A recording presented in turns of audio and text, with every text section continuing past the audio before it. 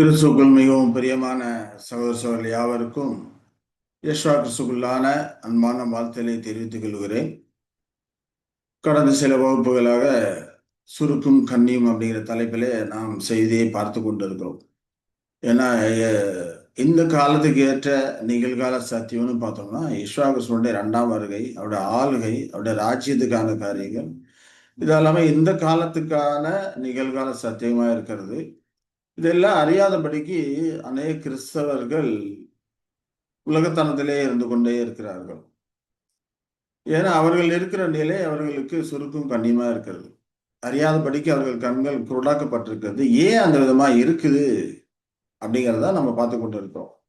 ஏன்னா யெஷுவா 1ஆம் வருகையிலே வந்திருக்கும் போது அங்கிருந்த இஸ்ரவேலர்கள் வேதத்தை நன்றாக படித்து அறிந்திருந்த வேதபாரகர்கள், பரிசேயர்கள், அதே போல ஆசாரியர்கள் இவர்களுக்கு யெஷுவா வந்திருக்கிறாரு, மேசியா வந்திருக்கிறாரு அப்படிங்கிற நிலையே அறியாதபடிக்கு அவர்கள் இருந்தார்கள் என்று சொல்லி பார்க்கணும்.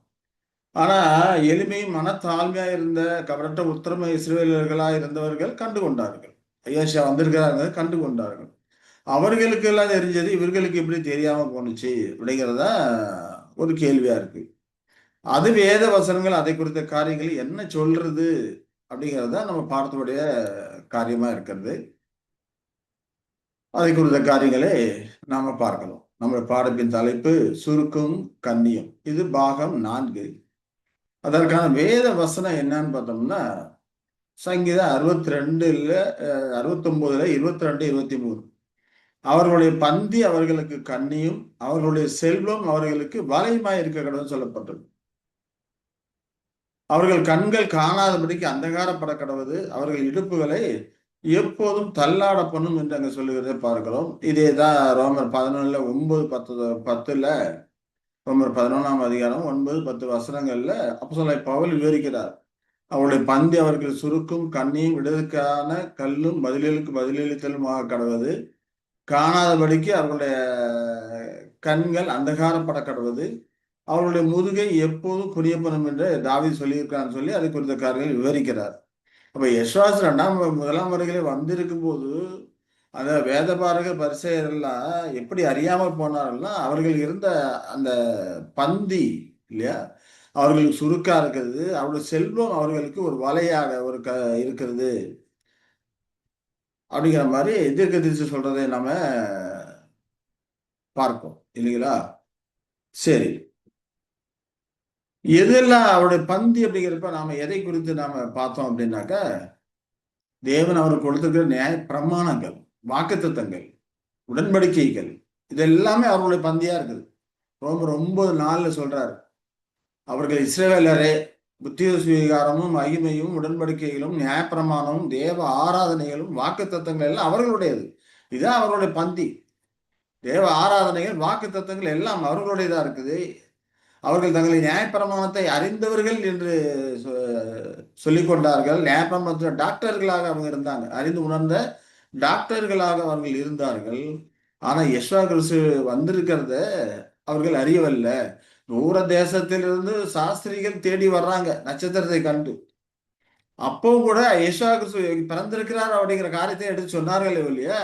அப்ப ராஜா பிறந்திருக்கிறாரா, போய் பார்க்கணுமே அப்படிங்கிற அந்த ஒரு ஆர்வமோ வாஞ்சியோ அவரிடத்துல இல்லை. அது ஏன் அப்படி இல்லைன்னா இதுதான், அவருடைய பந்தி அவர்களுக்கு சுருக்கும், அவருடைய செல்வம் அவர்களுக்கு வலையமா இருக்குது அப்படிங்கிறது தீர்க்கதரிசி சொன்னது போலதான் அவங்க இருக்கிறாங்க. அப்ப இந்த காரியங்களை குறித்து தான் நம்ம பார்க்கிறோம்.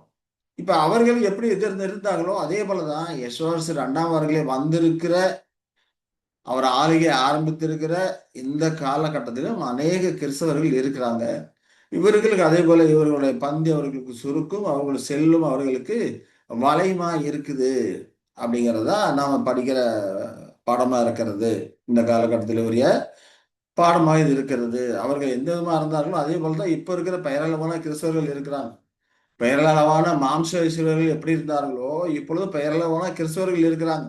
யூத யுகத்தில் நடந்த காரியங்கள் எல்லாம் சுவிசேஷ யுகத்தில் நடந்த காரியங்களுக்கு நிழல் அடையாளம். அப்ப அவர்கள் எப்படி இருந்தார்களோ அப்ப அது போலதான் இப்பொழுது இருக்கிறாங்க.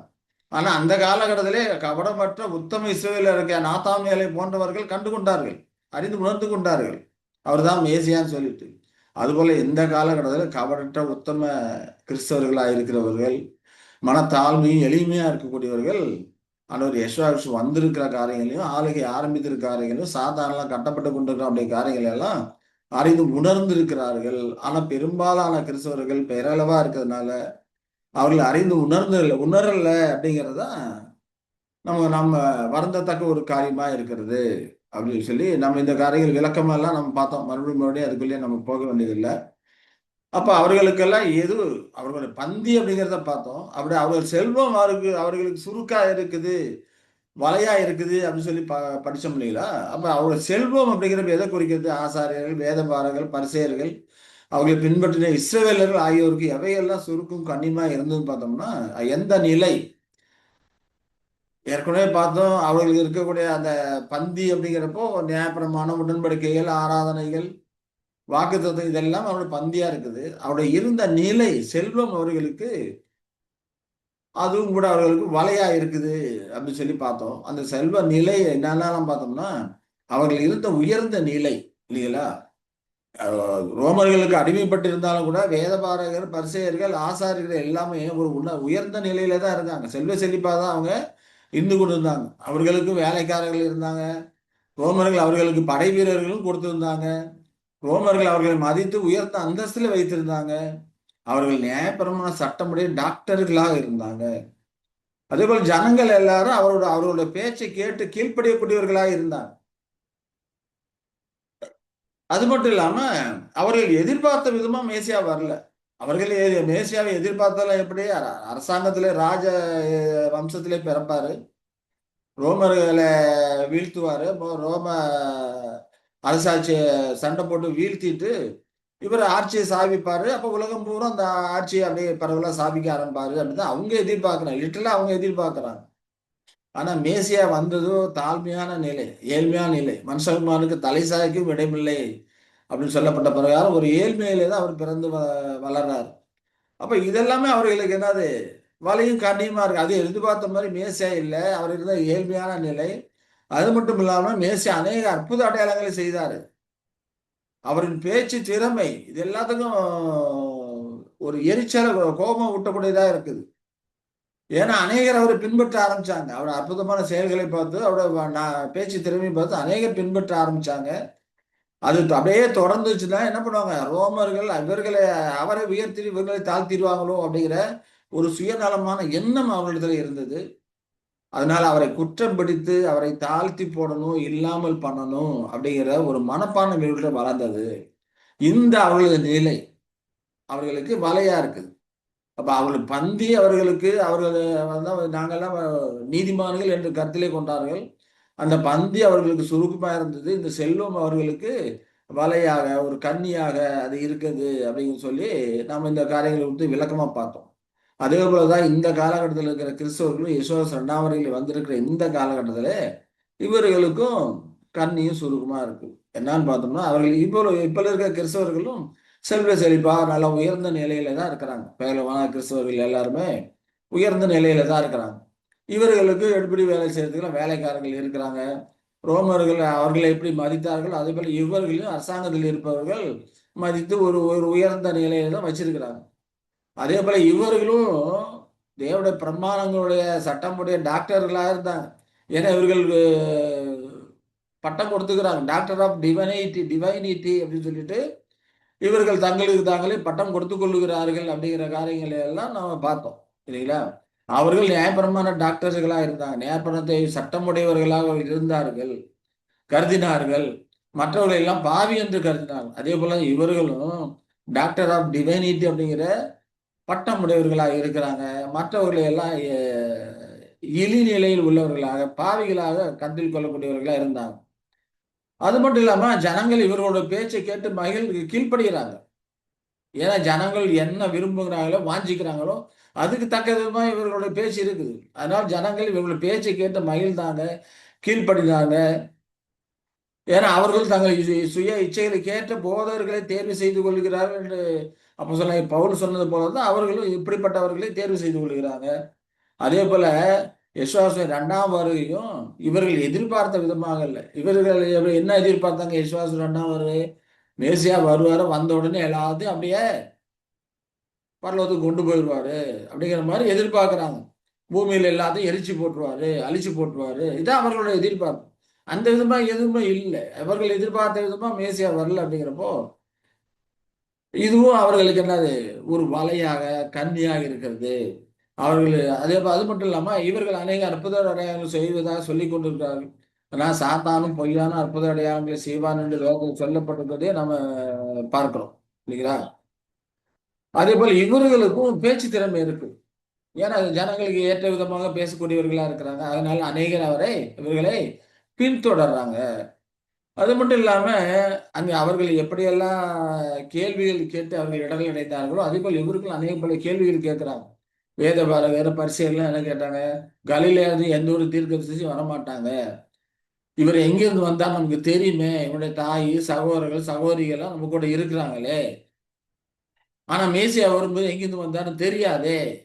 இப்படி அவர்கள் அநேக பல கேள்விகளை கேட்டுக்கொண்டு இடர்கள் அடையக்கூடியவர்களா இருந்தாங்க. அதே போல ஒரு கேள்வியை நாத்தான் மேலும் கேட்டாரு. நாசரேத்திலிருந்து யாதொரு நன்மை உண்டாகணுமோ அவரும் கேட்டாரு. அப்ப பிலிப்பு என்ன சொல்ற, நேர்ல சோதித்து தெரிந்து கொள், பார் அப்படிங்கிறாரு. அதுக்கப்புறம் அவர் மேசியான்னு கண்டுகொள்றாரு. அந்த விதமாக அவர்கள் யெசுவாவின் பிறப்பை குறித்து பார்த்திருந்தார்கள். ஆனால் அது பெத்லகேமில் பிறந்தது தெரிஞ்சிருக்கும். அதை குறித்து ஆராய்வதற்கெல்லாம் அவர்களுக்கு மனசு இல்லை. ஆனா அவர்களுடைய நோக்கம் என்ன? இவரை குற்றம் கண்டுபிடிக்க வேண்டும், இவனை குற்றவாளியோட தீர்ப்பு சாகடிக்கணும், ஜனங்களை அவரிடத்திலிருந்து பிரித்து எடுக்கணும். இதுதான் அவருடைய நோக்கமா இருந்தது. அதனால இவருடைய பந்தியும் செல்வம் அவர்களுக்கு கண்ணியும் வலையுமா இருந்ததுன்னு சொல்லி பார்க்கிறோம். அதே போல இப்ப இருக்கக்கூடிய கிறிஸ்தவ மண்டலத்தில் இருக்கக்கூடியவர்களுக்கும் இந்த விதமான சில கேள்விகள் இருக்கு. கிறிஸ்தவனுடைய சந்தேகமும் கேள்விகளும் கிறிஸ்தவனுடைய 2ஆம் வருகை, அவருடைய ராஜ்ய ஆளுகை குறித்த கேள்விகள்லாம் என்னன்னு பார்த்தோம்னா இதை குறித்த விளக்கங்கள் நம்ம ஏற்கனவே பார்த்தோம். சாத்தான் 1000 வருடங்கள் கட்டப்படுவான் என்றால் கிறிஸ்து அதற்கு முன்னமே வந்திருக்க வேண்டுமே. அப்படியானால் 1000 வருட ஆளுகை எப்போது ஆரம்பிக்கும்? சாத்தான் கட்டப்பட்ட பிறகா, கட்டப்படுவதற்கு முன்பா? இந்த காரியங்களுக்கான விளக்கத்தை எல்லாம் நம்ம பார்த்தோம். அதுபோல யெசுவாவின் ஆளுகை பரிசுத்தவான்கள் அனைவரும் உயிர் தெழுந்த பிறகா அல்லது அதற்கு முன்பா அப்படிங்கிறது அவருக்கு கேள்வியா இருக்குது. அதே போல விழுந்து போன தூதர்கள் சங்கிலியால் கட்டப்படுவதற்கும் சாத்தான் சங்கிலியால் கட்டப்படுவதற்கும் உள்ள வித்தியாசம் என்ன? யெசுவா சத்துருக்கள் நடுவே ஆளுகை செய்வது எப்போது? பரிகரிக்கப்படும் கடைசி சத்துரு மரணம். இதை எந்த விதமா புரிந்து கொள்வது? ஆளுகையின் முடிவில் சாத்தான் ஏன் அவிழ்த்து விடப்பட வேண்டும்? அதே போல விழுந்து போன தூதர்கள் அந்தார சங்கிலியில் கட்டப்படுவதற்கும் சாத்தான் பெரிய சங்கிலியில் கட்டப்படுவதற்கும் உள்ள வித்தியாசம் என்ன? இப்ப இந்த கேள்விகளுக்கான பதில்கள் நம்ம ஏற்கனவே பார்த்தோம் இல்லையா? சாத்தான் எப்படி கட்டப்படுகிறான், எப்படி அவன் இறுதியில் அழிக்கப்படுகிறான், அதே போல பரிசுத்தவான்கள் உயிர் தெழுது 1000 வருடங்கள் அரசாண்டார்கள் சொல்லப்படுகிறது. அது எப்படி? இந்த காரியங்கள் எல்லாம் நம்ம ஓரளவுக்கு நாம கடந்த வகுப்பிலே நாம பார்த்துருக்கிறோம். ஒருவேளை அதை பார்க்காத நபர்கள் யாராவது இருந்தீங்கன்னா அந்த வீடியோவை நீங்க பார்க்கலன்னா இந்த இருக்கிற அந்த பன்னீர்செல்வம் 3555 அப்படிங்கிற இதை யூடியூப்ல அடிச்சீங்கன்னா அந்த வீடியோலாம் வரும், நீங்க பார்த்துக்கலாம். அப்படி இதுல எந்த ஒரு ஸ்பெல்லிங் மிஸ்டேக்கும் ஸ்பேஸ் விடாதபடிக்கு நீங்க பண்ணீங்கன்னா வரணும். ஏன்னா பன்னீர்செல்வங்கிற பேர்ல நிறைய இருக்கு, நிறைய சில விஐபி எல்லாம் இருக்கிறாங்க. அதனால இது எந்த ஒரு ஸ்பெல்லிங் மிஸ்டேக் இல்லாம ஸ்பேஸ் விடாம இதை யூடியூப்ல அடிச்சிங்க, சர்ச்சில் அடிச்சிங்கன்னா உங்களுக்கு இந்த வீடியோலாம் வரும். அதை சப்ஸ்கிரைப் பண்ணிக்கிட்டீங்கன்னா எல்லா வீடியோவும் நீங்க பார்க்கலாம். ஒரு அப்படி இல்லைன்னா இந்த வாட்ஸ்அப் நம்பருக்கு தொடர்பு கொண்டீங்கன்னா உங்களுக்கு அந்த வீடியோக்கள் அனுப்பிச்சு வைக்கப்படும். அல்லது வேற ஏதாவது பொதுவான சந்தேகங்கள் இருந்தாலும் கூட நீங்க கேட்கலாம். அதற்கான காரியங்களை மெட்டீரியல் நாங்கள் அனுப்பிச்சு வச்சோம்னா நீங்க படித்து தெரிந்து கொள்ளலாம். அதனால இந்த வாட்ஸ்அப் நம்பரை குறித்து வைத்துக் கொள்ளுங்கள். 9626654934 அப்படிங்கிற வாட்ஸ்அப் நம்பரை நீங்க குறித்து வைத்துக் கொண்டு படலாம். பல வீடியோக்கெல்லாம் நீங்க அதை பார்த்து அறிந்து கொள்ளலாம். ஏன்னா ஒவ்வொரு வீடியோ போடும்போது மறுபடியும் பழையதெல்லாம் எடுத்து சொல்லிட்டே போகும்போது அதுல நிறைய டைம் வேஸ்ட் ஆகுது. அதனால சுருக்கமா சொல்லிட்டு போயிடும். சரி, இப்ப ஏற்கனவே பார்த்தோம். ஒரு தூதன் பாதாளத்தின் திறவுகோலை பெரிய சங்கிலியும் தன் கையிலே பிடித்துக் கொண்டு வானத்திலிருந்து இறங்கி வர கண்டேன். பிசாசு என்று சாத்தான் என்று சொல்லப்பட்ட பழைய பாலம்பாகிய வலு சர்ப்பத்தை அவன் பிடித்து அதை 1000 வருஷமும் கட்டி வைத்து அந்த 1000 வருஷம் நிறைவேறும் வரைக்கும் அது ஜனங்களை மோசம் போக்காதபடிக்கு அதை பாதாளத்திலே தள்ளி அடைத்து அதன் மேல் முத்திரை போட்டான். அதற்கு பின்பு அது கொஞ்ச காலம் விடுதலை ஆக வேண்டும் அப்படிங்கிறத இந்த காரியங்களை குறித்து நம்ம விளக்கமா நம்ம பார்த்துருக்குறோம். அதனால மறுபடியும் அதுக்குள்ள போக வேண்டாம்னு நினைக்கிறேன். சரி, இப்ப இந்த காரியங்கள நம்ம பார்த்த காரியங்கள், புரிந்து கொண்ட காரியங்கள் என்னன்னு பார்த்தோம்னா, அந்த பலமுள்ள தூதன் அப்படிங்கிறப்போ கிறிஸ்துவின் சரீரமாகிய கிறிஸ்துவையும் சரீரமாகிய சபையும் தான் அந்த பலமுள்ள தூதன் குறிக்கக்கூடியதா இருக்கிறது. பெரிய சங்கிலி அப்படிங்கிறப்ப சத்தியமும் அதன் வல்லமையும் குறிக்கக்கூடியதா இருக்குது. கட்டுதல் அப்படிங்கிறது சாத்தான் ஜனங்களை மோசம் போகாதபடிக்கு அவனுடைய ஆதிக்கம் செலுத்தக்கூடிய அந்த செல்வாக்கை குறைத்து தீமையான காரியங்களை எதுவுமே இல்லாமல் செய்து அவன் செயல்பட முடியாமல் அவனை அடைத்து வைப்பதுதான் அந்த கட்டுதல் அப்படிங்கிற காரியம் குறிக்கக்கூடியதா இருக்கிறது. பெசிலிய ஆரம்பிக்கும் போது அவன் முற்றிலுமே செயலற்று இருப்பான். ஏன்னா அப்ப இடையிலே அவன் கட்டப்பட்டிருப்பான், முழுமையா கட்டப்பட்டிருப்பான்.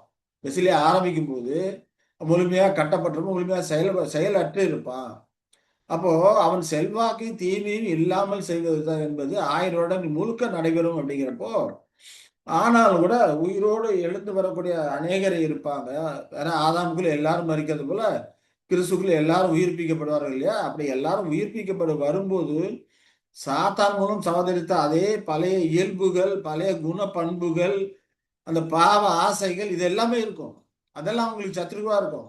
அதை எல்லாமே நீக்கி போடும். அந்த தீமையான செல்வாக்கை நீக்கி போடணும்.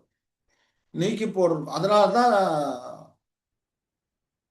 சத்துருக்களை பார்த்து கீழாக்கு போடும் வரைக்கும் அவர் ஆளுகை செய்ய வேண்டிய அப்படிங்கிறப்போ, அந்த விதமான அவர்கள் சவதரித்து கொண்ட அந்த குணப்பண்புகளும் சாத்தானுடைய குணப்பண்புகள் கூட அவர்கள் உயிரோட எழுந்து வரும்போது சத்துருக்களா இருக்கும். அதையும் கீழ்ப்படுத்தி போடணும். இல்லாமல் பண்ணணும். அதுக்கு 1000 வருடங்கள் முடிவு வரைக்கும் இருக்கும். முடிவு முழுதுமே இருக்கும் அந்த காரியம். ஏன்னா அவன் தன் வரிசையில உயிர்ப்பிக்கப்படும் சொல்லப்பட்டிருக்கு. இப்போ உயிர்ப்பிக்கிட்ட வர வர அவர்கள்ட்ட இருக்கக்கூடிய இந்த பாவ இயல்புகளை எடுத்து போடணும். பாவத்தை வெறுக்கவும் நீதியை நேசிக்கவும் அவர்களுக்கு கற்றுக் கொடுக்கணும், பயிற்சி கொடுக்கணும். அதுல சத்தியத்தை போதிக்கணும், சோதிக்கணும், சிக்ஷிக்கணும், சீர்படுத்தணும். இப்படி அநேக காரியங்கள் அந்த காரியங்கள்லாம் நடைபெறும். அதை நியாய தீர்ப்பின் காலங்கள் என்றும் நாம் குறிக்கிறோம் இல்லைங்களா? அப்ப இதெல்லாம் செய்யறதுக்கு தான் 1000 வருடங்கள் முழுக்க அங்க தேவைப்படும். சாத்தான் 1000 வருடங்கள் கட்டப்பட்டிருப்பான் அப்படின்னா சாத்தானுடைய செல்வாக்குகளும் மீதி இருக்கிற காலங்கள்ல இருக்கும். பெசிலியா காலம் ஆரம்பிக்கும் போது அவன் முழுமையா கட்டப்பட்டிருந்தாலும் கூட ஜனங்களை மோசம் போக்காதபடி இருந்தாலும் கூட அவனால் சவதரித்த அந்த பாவ இயல்புகள் ஜனங்களிடத்துல இருக்கும். அந்த பாவ இயல்புகளையும் எடுத்து போட்டு இல்லாமல் செய்யணுங்கிறது தேவனுடைய ஆண்டவருடைய நோக்கமா இருக்குது. அது முழுக்க இருக்கிறதுக்கு 1000 வருடங்கள் நிறைவேறும் ஆகும். அப்ப அது உயிர்த்தெழுதலின் ப்ராசஸாகவும் இருக்குது. அப்ப நிர்ணய முடிவுல தான் முழுமையான பூரணத்தை அடையக்கூடியவர்களா இருப்பாங்க. பூரணத்தை அடையும் போதுதான் ஆதாமின் மரணம் இல்லாமல் போகும். அப்ப பரிகரிக்கப்படும் கடைசி சத்துரு மரணம் அப்படிங்கிறப்போ இந்த மாதிரி சத்துருடைய செல்வாக்களை படிப்படியா பரிகரித்து கொண்டே போய் இறுதியில ஆதாமின் மரணத்தினுடைய சாயல் இவரிடத்துல எந்த இதுவும் இல்லாதபடிக்கு நீக்கப்பட்டு போயிடும். ஆனா அதுக்கப்புறம் அவர்கள் பாவம் செய்தார்கள்னா அவனவன் தன் பாவத்திலே மறிப்பான். ஆதாமின் சாபத்துல இல்ல, பாவத்துல இல்ல, தன் பாவத்துல மறிக்கக்கூடியவனா இருப்பான் அப்படிங்கிறத நாம புரிந்து கொள்கிறோம். இந்த காரியங்களை குறித்து நாம விளக்கமா பார்த்தோம். ஆனாலும் கூட இன்னும் அநேகருக்கு இதுல ஒரு சந்தேகம் இருந்துகிட்டே இருக்கும். 1000 வருடங்கள் சொல்லப்பட்டிருக்கு. சாத்தான் கட்டப்பட்டிருப்பான், 1000 வருடங்கள் கட்டப்பட்டிருப்பான்னு சொல்லப்பட்டிருக்குது. நீங்க என்ன இப்படி சொல்றீங்க? பெசிலியா காலத்தோட முடிஞ்சிடும் சொல்றீங்க. ஆனா 1000 வருடங்கள் கட்டப்பட்டிருப்பான்னு சொல்லப்பட்டிருக்கு இல்லையா? அப்படிங்கிறப்போ அதற்கு இன்னொரு விதமாகவும் நாம ஆராய்ந்து பார்த்து நாம பார்க்கலாம். அது எப்படி பார்க்கலாம் அப்படின்னு சொல்லி பார்த்தோம்னா, இங்க 1000 வருடங்கள் கட்டப்பட்டிருப்பான் என்று சொல்லப்பட்டிருக்குது. இதை எந்த விதமா புரிந்து கொள்வது அப்படின்னு சொல்லி அநேகருக்கு இவ்வளவு விளக்கங்கள் சொன்னாலும் மேற்கொண்டு பார்த்த விளக்கங்கள்லாம் இருந்தாலும் கூட இன்னும் கூட சந்தேகம் இருக்கும். அதை இன்னொரு விதமாகவும் நம்ம இன்னொரு விளக்கத்தின் மூலமாகவும் அதை நம்ம புரிந்து கொள்ள முற்படலாம். இந்த 1000 அப்படிங்கிற வார்த்தைக்கு மூல பாஷையில என்ன சொல்லியிருக்குன்னா சில்யோய் அப்படிங்கிற வார்த்தை பயன்படுத்தப்பட்டிருக்கு. அதற்கான அர்த்தம் புளூரல் ஆஃப் அன்சர்டைன் அஃபினிட்டி. 1000 ஒரு 1000 அப்படிங்கிறப்போ புளூரல் ஆஃப் அன்சர்டைன் அஃபினிட்டி அப்படிங்கிறப்ப அதோட அர்த்தம் என்ன? தெளிவற்ற தொடர்புடைய பன்மை வடிவம். இது ஒரு பன்மை வடிவம் தான். அது தெளிவில்லாத தொடர்புடைய பன்மை வடிவம். தெளிவாலாம் தொடர்புடைய பண்ண முடியுமா என்ன? நம்ம ஒரு தோராயமா சில வருடங்கள் தோராயமா இருக்கும் அப்படின்னு சொல்றோம்ல, தெளிவு இல்லாம அந்த மாதிரியான ஒரு சொல் தான் இந்த 1000 அப்படிங்கிறது இங்க பயன்படுத்தப்பட்டிருக்கு. அப்ப அது உதாரணத்துக்கு நாம இத சில உதாரணங்கள் மூலமாக வேதாகம வசனங்கள்ல இருக்கக்கூடிய சில உதாரணங்கள் மூலமாக நம்ம இந்த காரியங்களை நாம அ புரிந்து கொள்றதுக்கு முற்படலாம். சரிங்களா? என்னன்னு பார்த்தோம்னா, மத்தேயு 12:40 என்ன சொல்றாரு?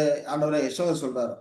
யோனா இரவும் பகலும் 3 நாள் ஒரு மீனின் வயிற்றில் இருந்தது போல, மனுஷகுமாரனும் இரவும் பகலும் 3 நாள் பூமியின் இருதயத்தில் இருப்பார்.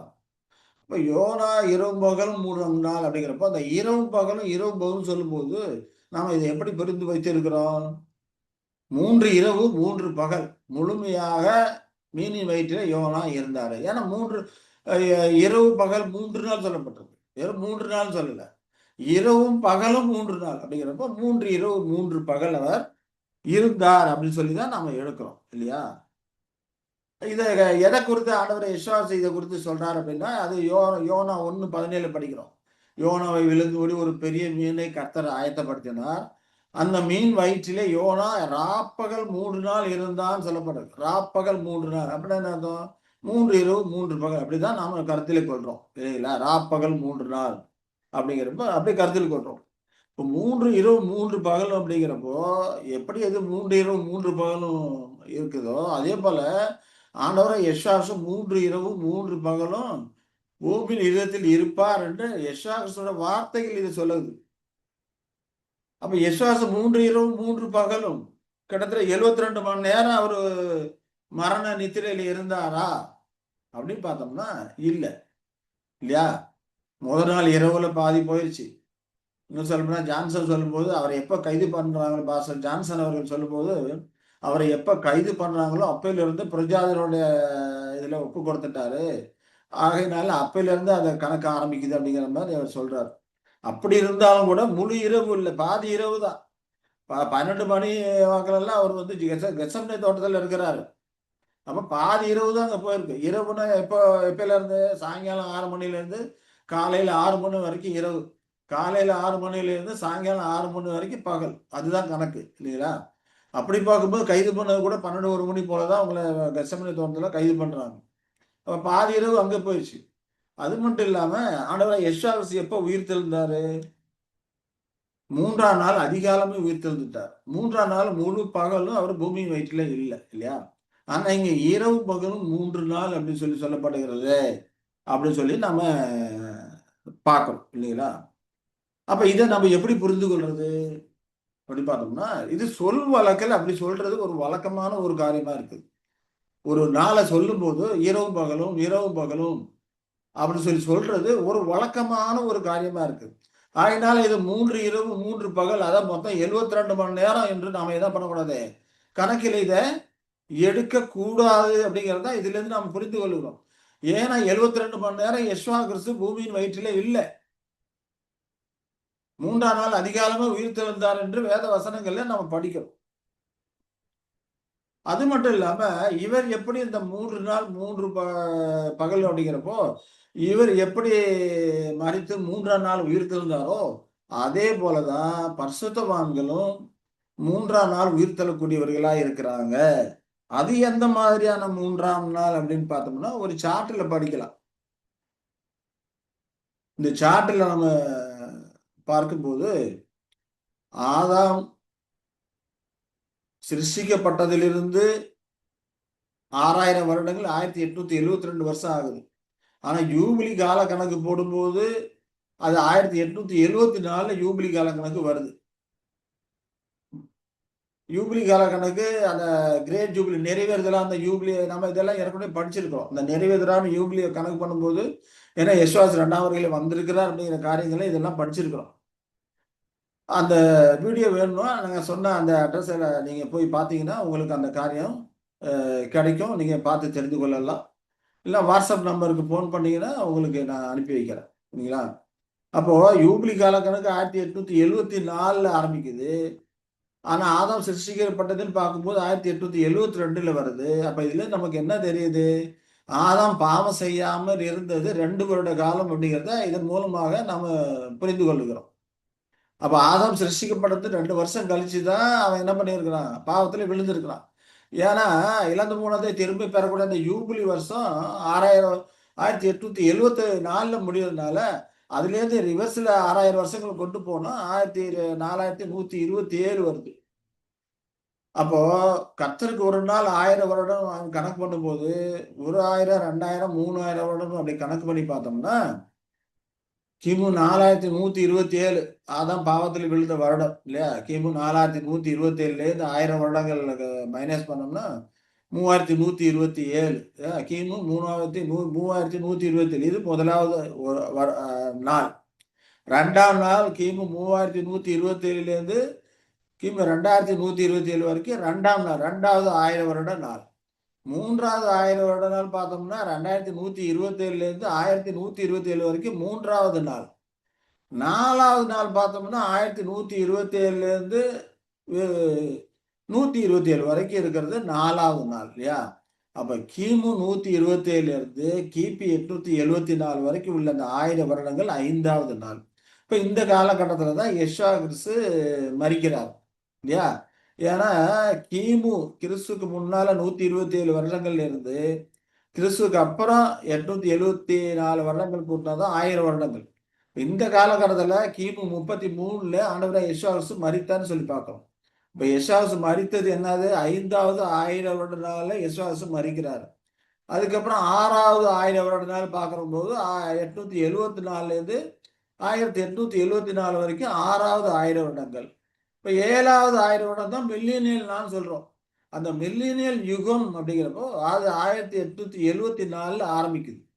அப்போ முதலாம் நாள் 5வதுங்கிறது முதலாம் நாள், 6ங்கிறது 2வது நாள், 7ங்கிறது 3வது நாள். 3ஆம் நாள் அது காலையில வேலையே விடியலிலே பரிசுத்தவான்கள் உயிர்த்தெழுதல் வருகிறது. அது கிபி 1878ல வருகிறது அப்படிங்கிறத இணைக்காலங்கள் மூலமா படிக்கிறோம். அப்ப இந்த காரியங்களிலும் அந்த 3 இரவு 3 பகல்ங்கிறது வராது. முழு 3 நாள் எதுக்காக பார்க்கிறோம்னா அந்த முழு 3 நாள்ங்கிறது நிறைவேறுதலான அந்த காரியங்களிலும் வராது. இயேசு கிறிஸ்துவுடைய அந்த 3 நாள் கணக்குலயும் அதுல வரல அப்படிங்கிறப்போ அது சொல் வழக்குல அப்படி சொல்றது ஒரு வழக்கமா இருக்கு. 3 இரவு 3 பகல் அப்படிங்கிறோம். ராப்பகல் 3 நாள் அப்படிங்கிறது சொல் வழக்குல சொல்றது ஒரு வழக்கமான காரியமா இருக்கிறது அப்படிங்கிறத நாம இதன் மூலம் புரிந்து கொள்கிறோம். அதே போல பரிசுத்தவான்களை உயிர்த்தெழுதல் பார்த்தோம்னா அது இணைக்காலங்கள் அப்படிங்கிற காரியங்களை ஏற்கனவே படிச்சிருக்கிறோம். யூத யுகம் 1875 வருஷம், சுவிசேஷ யுகம் 1875 வருஷம். கிபி 33ல ஆண்டவரை யெஷுவா கிறிஸ்து உயிர்த்தெழுந்தாரு. அப்ப 33லேருந்து 1875 நாம கூட்டணும்னா 1878 வருது. அது எங்க வருது? இந்த 3ஆம் நாள் காலையிலே வரக்கூடியதாக விடியல்லே வரக்கூடியதாக இருக்கிறது. அங்கே பரிசுத்தவான்கள் உயிர்த்தெழுதல் நடந்து பெற்றிருக்க வேண்டும் அப்படிங்கிற காரியங்களை எல்லாம் நாம் ஏற்கனவே படிச்சிருக்கோம். இயேசு கிறிஸ்து 2ஆம் வருகை எப்போது அப்படிங்கிற காரியத்துல படிச்சிருக்கிறோம். அதே போல பரிசுத்தவான்கள் ஓட்டம் எப்போ முடியுது அப்படிங்கிற காரியங்களை நம்ம படிச்சிருக்கிறோம். அப்ப இதுவும் அதற்கு என்னது? இசை விளக்கமா இருக்கிறது அப்படின்னு சொல்லி நாம புரிந்து கொள்கிறோம். சரிங்களா? சரி. அதே போல பவுல் அப்போஸ்தலனும் சொல்றாரு. பவுல் அப்போஸ்தலன் சில இடங்கள்ல சொல்லும்போது 3 தூரம் கப்பல் சேதத்தில் இருந்தேன், கடலில் ஒரு ராப்பகல் முழுவதும் போக்கினேன் அப்படிங்கிறார். அதுபோல சாமுவேலை குறித்து சொல்லும்போது அவன் ராப்பகல் முழுவதும் ஒன்றும் சாப்பிடாது இருந்தான். அப்ப ராப்பகல் ராப்பகல் சொல்லும்போது முழு இரவு 3 பகல் அப்படின்னு சொல்லி எடுக்கக்கூடாது. ஒரு ராப்பகல் அப்படிங்கிறப்போ முழு ஒரு நாள் முழு இரவு முழு பகல் அப்படின்னு சொல்லி எடுக்கக்கூடாது. அதுல கொஞ்சம் கொஞ்சம் பகுதியில் இருந்தாலுமே அப்படி சொல்றது ஒரு வழக்கமான ஒரு காரியமா இருக்கிறது. அதே போல் 1 சாமுவேல் 30:12ல படிக்கும்போது அவன் ராப்பகல் 3 நாளாய் அப்பம் சாப்பிடாமலும் தண்ணீர் குடியாமலும் இருந்தான் படிக்கிறோம். இப்ப சொல்லும்போது எல்லாத்துலயுமே ராப்பகல் ராப்பகல்ங்கிற சொல்கிறதை நாம படிக்கிறோம். இதெல்லாம் வழக்கமா சொல்லக்கூடிய ஒரு சொல்லாக அங்க இருக்கிறது. அதே போல தீர்க்கதரிசனத்துல அதே போல ஒரு காரியம் தானியேல்ட்ட சொல்லப்பட்டது. தானியேல் 8:14ல 2300 ராப்பகல் செல்லும் வரைக்கும் இருக்கும் என்று ராப்பகல் சொல்லுவதை பார்க்கிறோம். அதே போல் தானியேல் 8:26 சொல்லப்பட்ட ராப்பகல்களின் தீர்க்க தரிசனம் சத்தியமாயிருக்கிறது. அப்ப சொல்லும் போது ராப்பகல் ராப்பகல் சொல்லி நாள் கணக்கை சொல்லும் போது ராப்பகல் சொல்லி சொல்றதை குறிக்கக்கூடியதா இருக்கு. ஆகையினால இதை எந்த விதமா எடுக்கக்கூடாது அப்படிங்கிறதான் நாம இதுல இருந்து புரிந்து கொள்ளக்கூடிய காரியம். அதே போல சாத்தான் 1000 வருடங்கள் கட்டப்பட்டிருப்பான் என்றால் ஒரு 1000 வருடங்கள் முழுக்க கட்டப்பட்டிருப்பான் என்று நாம் அதை எடுக்க கூடாது. 1000 வருடங்களில் ஒரு குறிப்பிட்ட கால பகுதியில அவன் கட்டப்பட்டு முடித்திருப்பான். அதற்கு பின்பு வரக்கூடிய காலங்களில் எல்லாமே அவனால் சவதரிக்கப்பட்ட அந்த இயல்புகள் எல்லாம் எடுத்து போடக்கூடியதாக அது இருக்கும் அப்படிங்கிறத நாம இந்த காரியங்களிலிருந்து நாம புரிந்து கொள்ளலாம். அது மட்டும் இல்லாம இன்னும் கூட சில உதாரணங்கள் நாம இந்த காரியங்களை நம்ம பார்க்கணும். இப்ப ராப்பகல் அந்த காரியங்களை குறித்து பார்க்கிறோம்.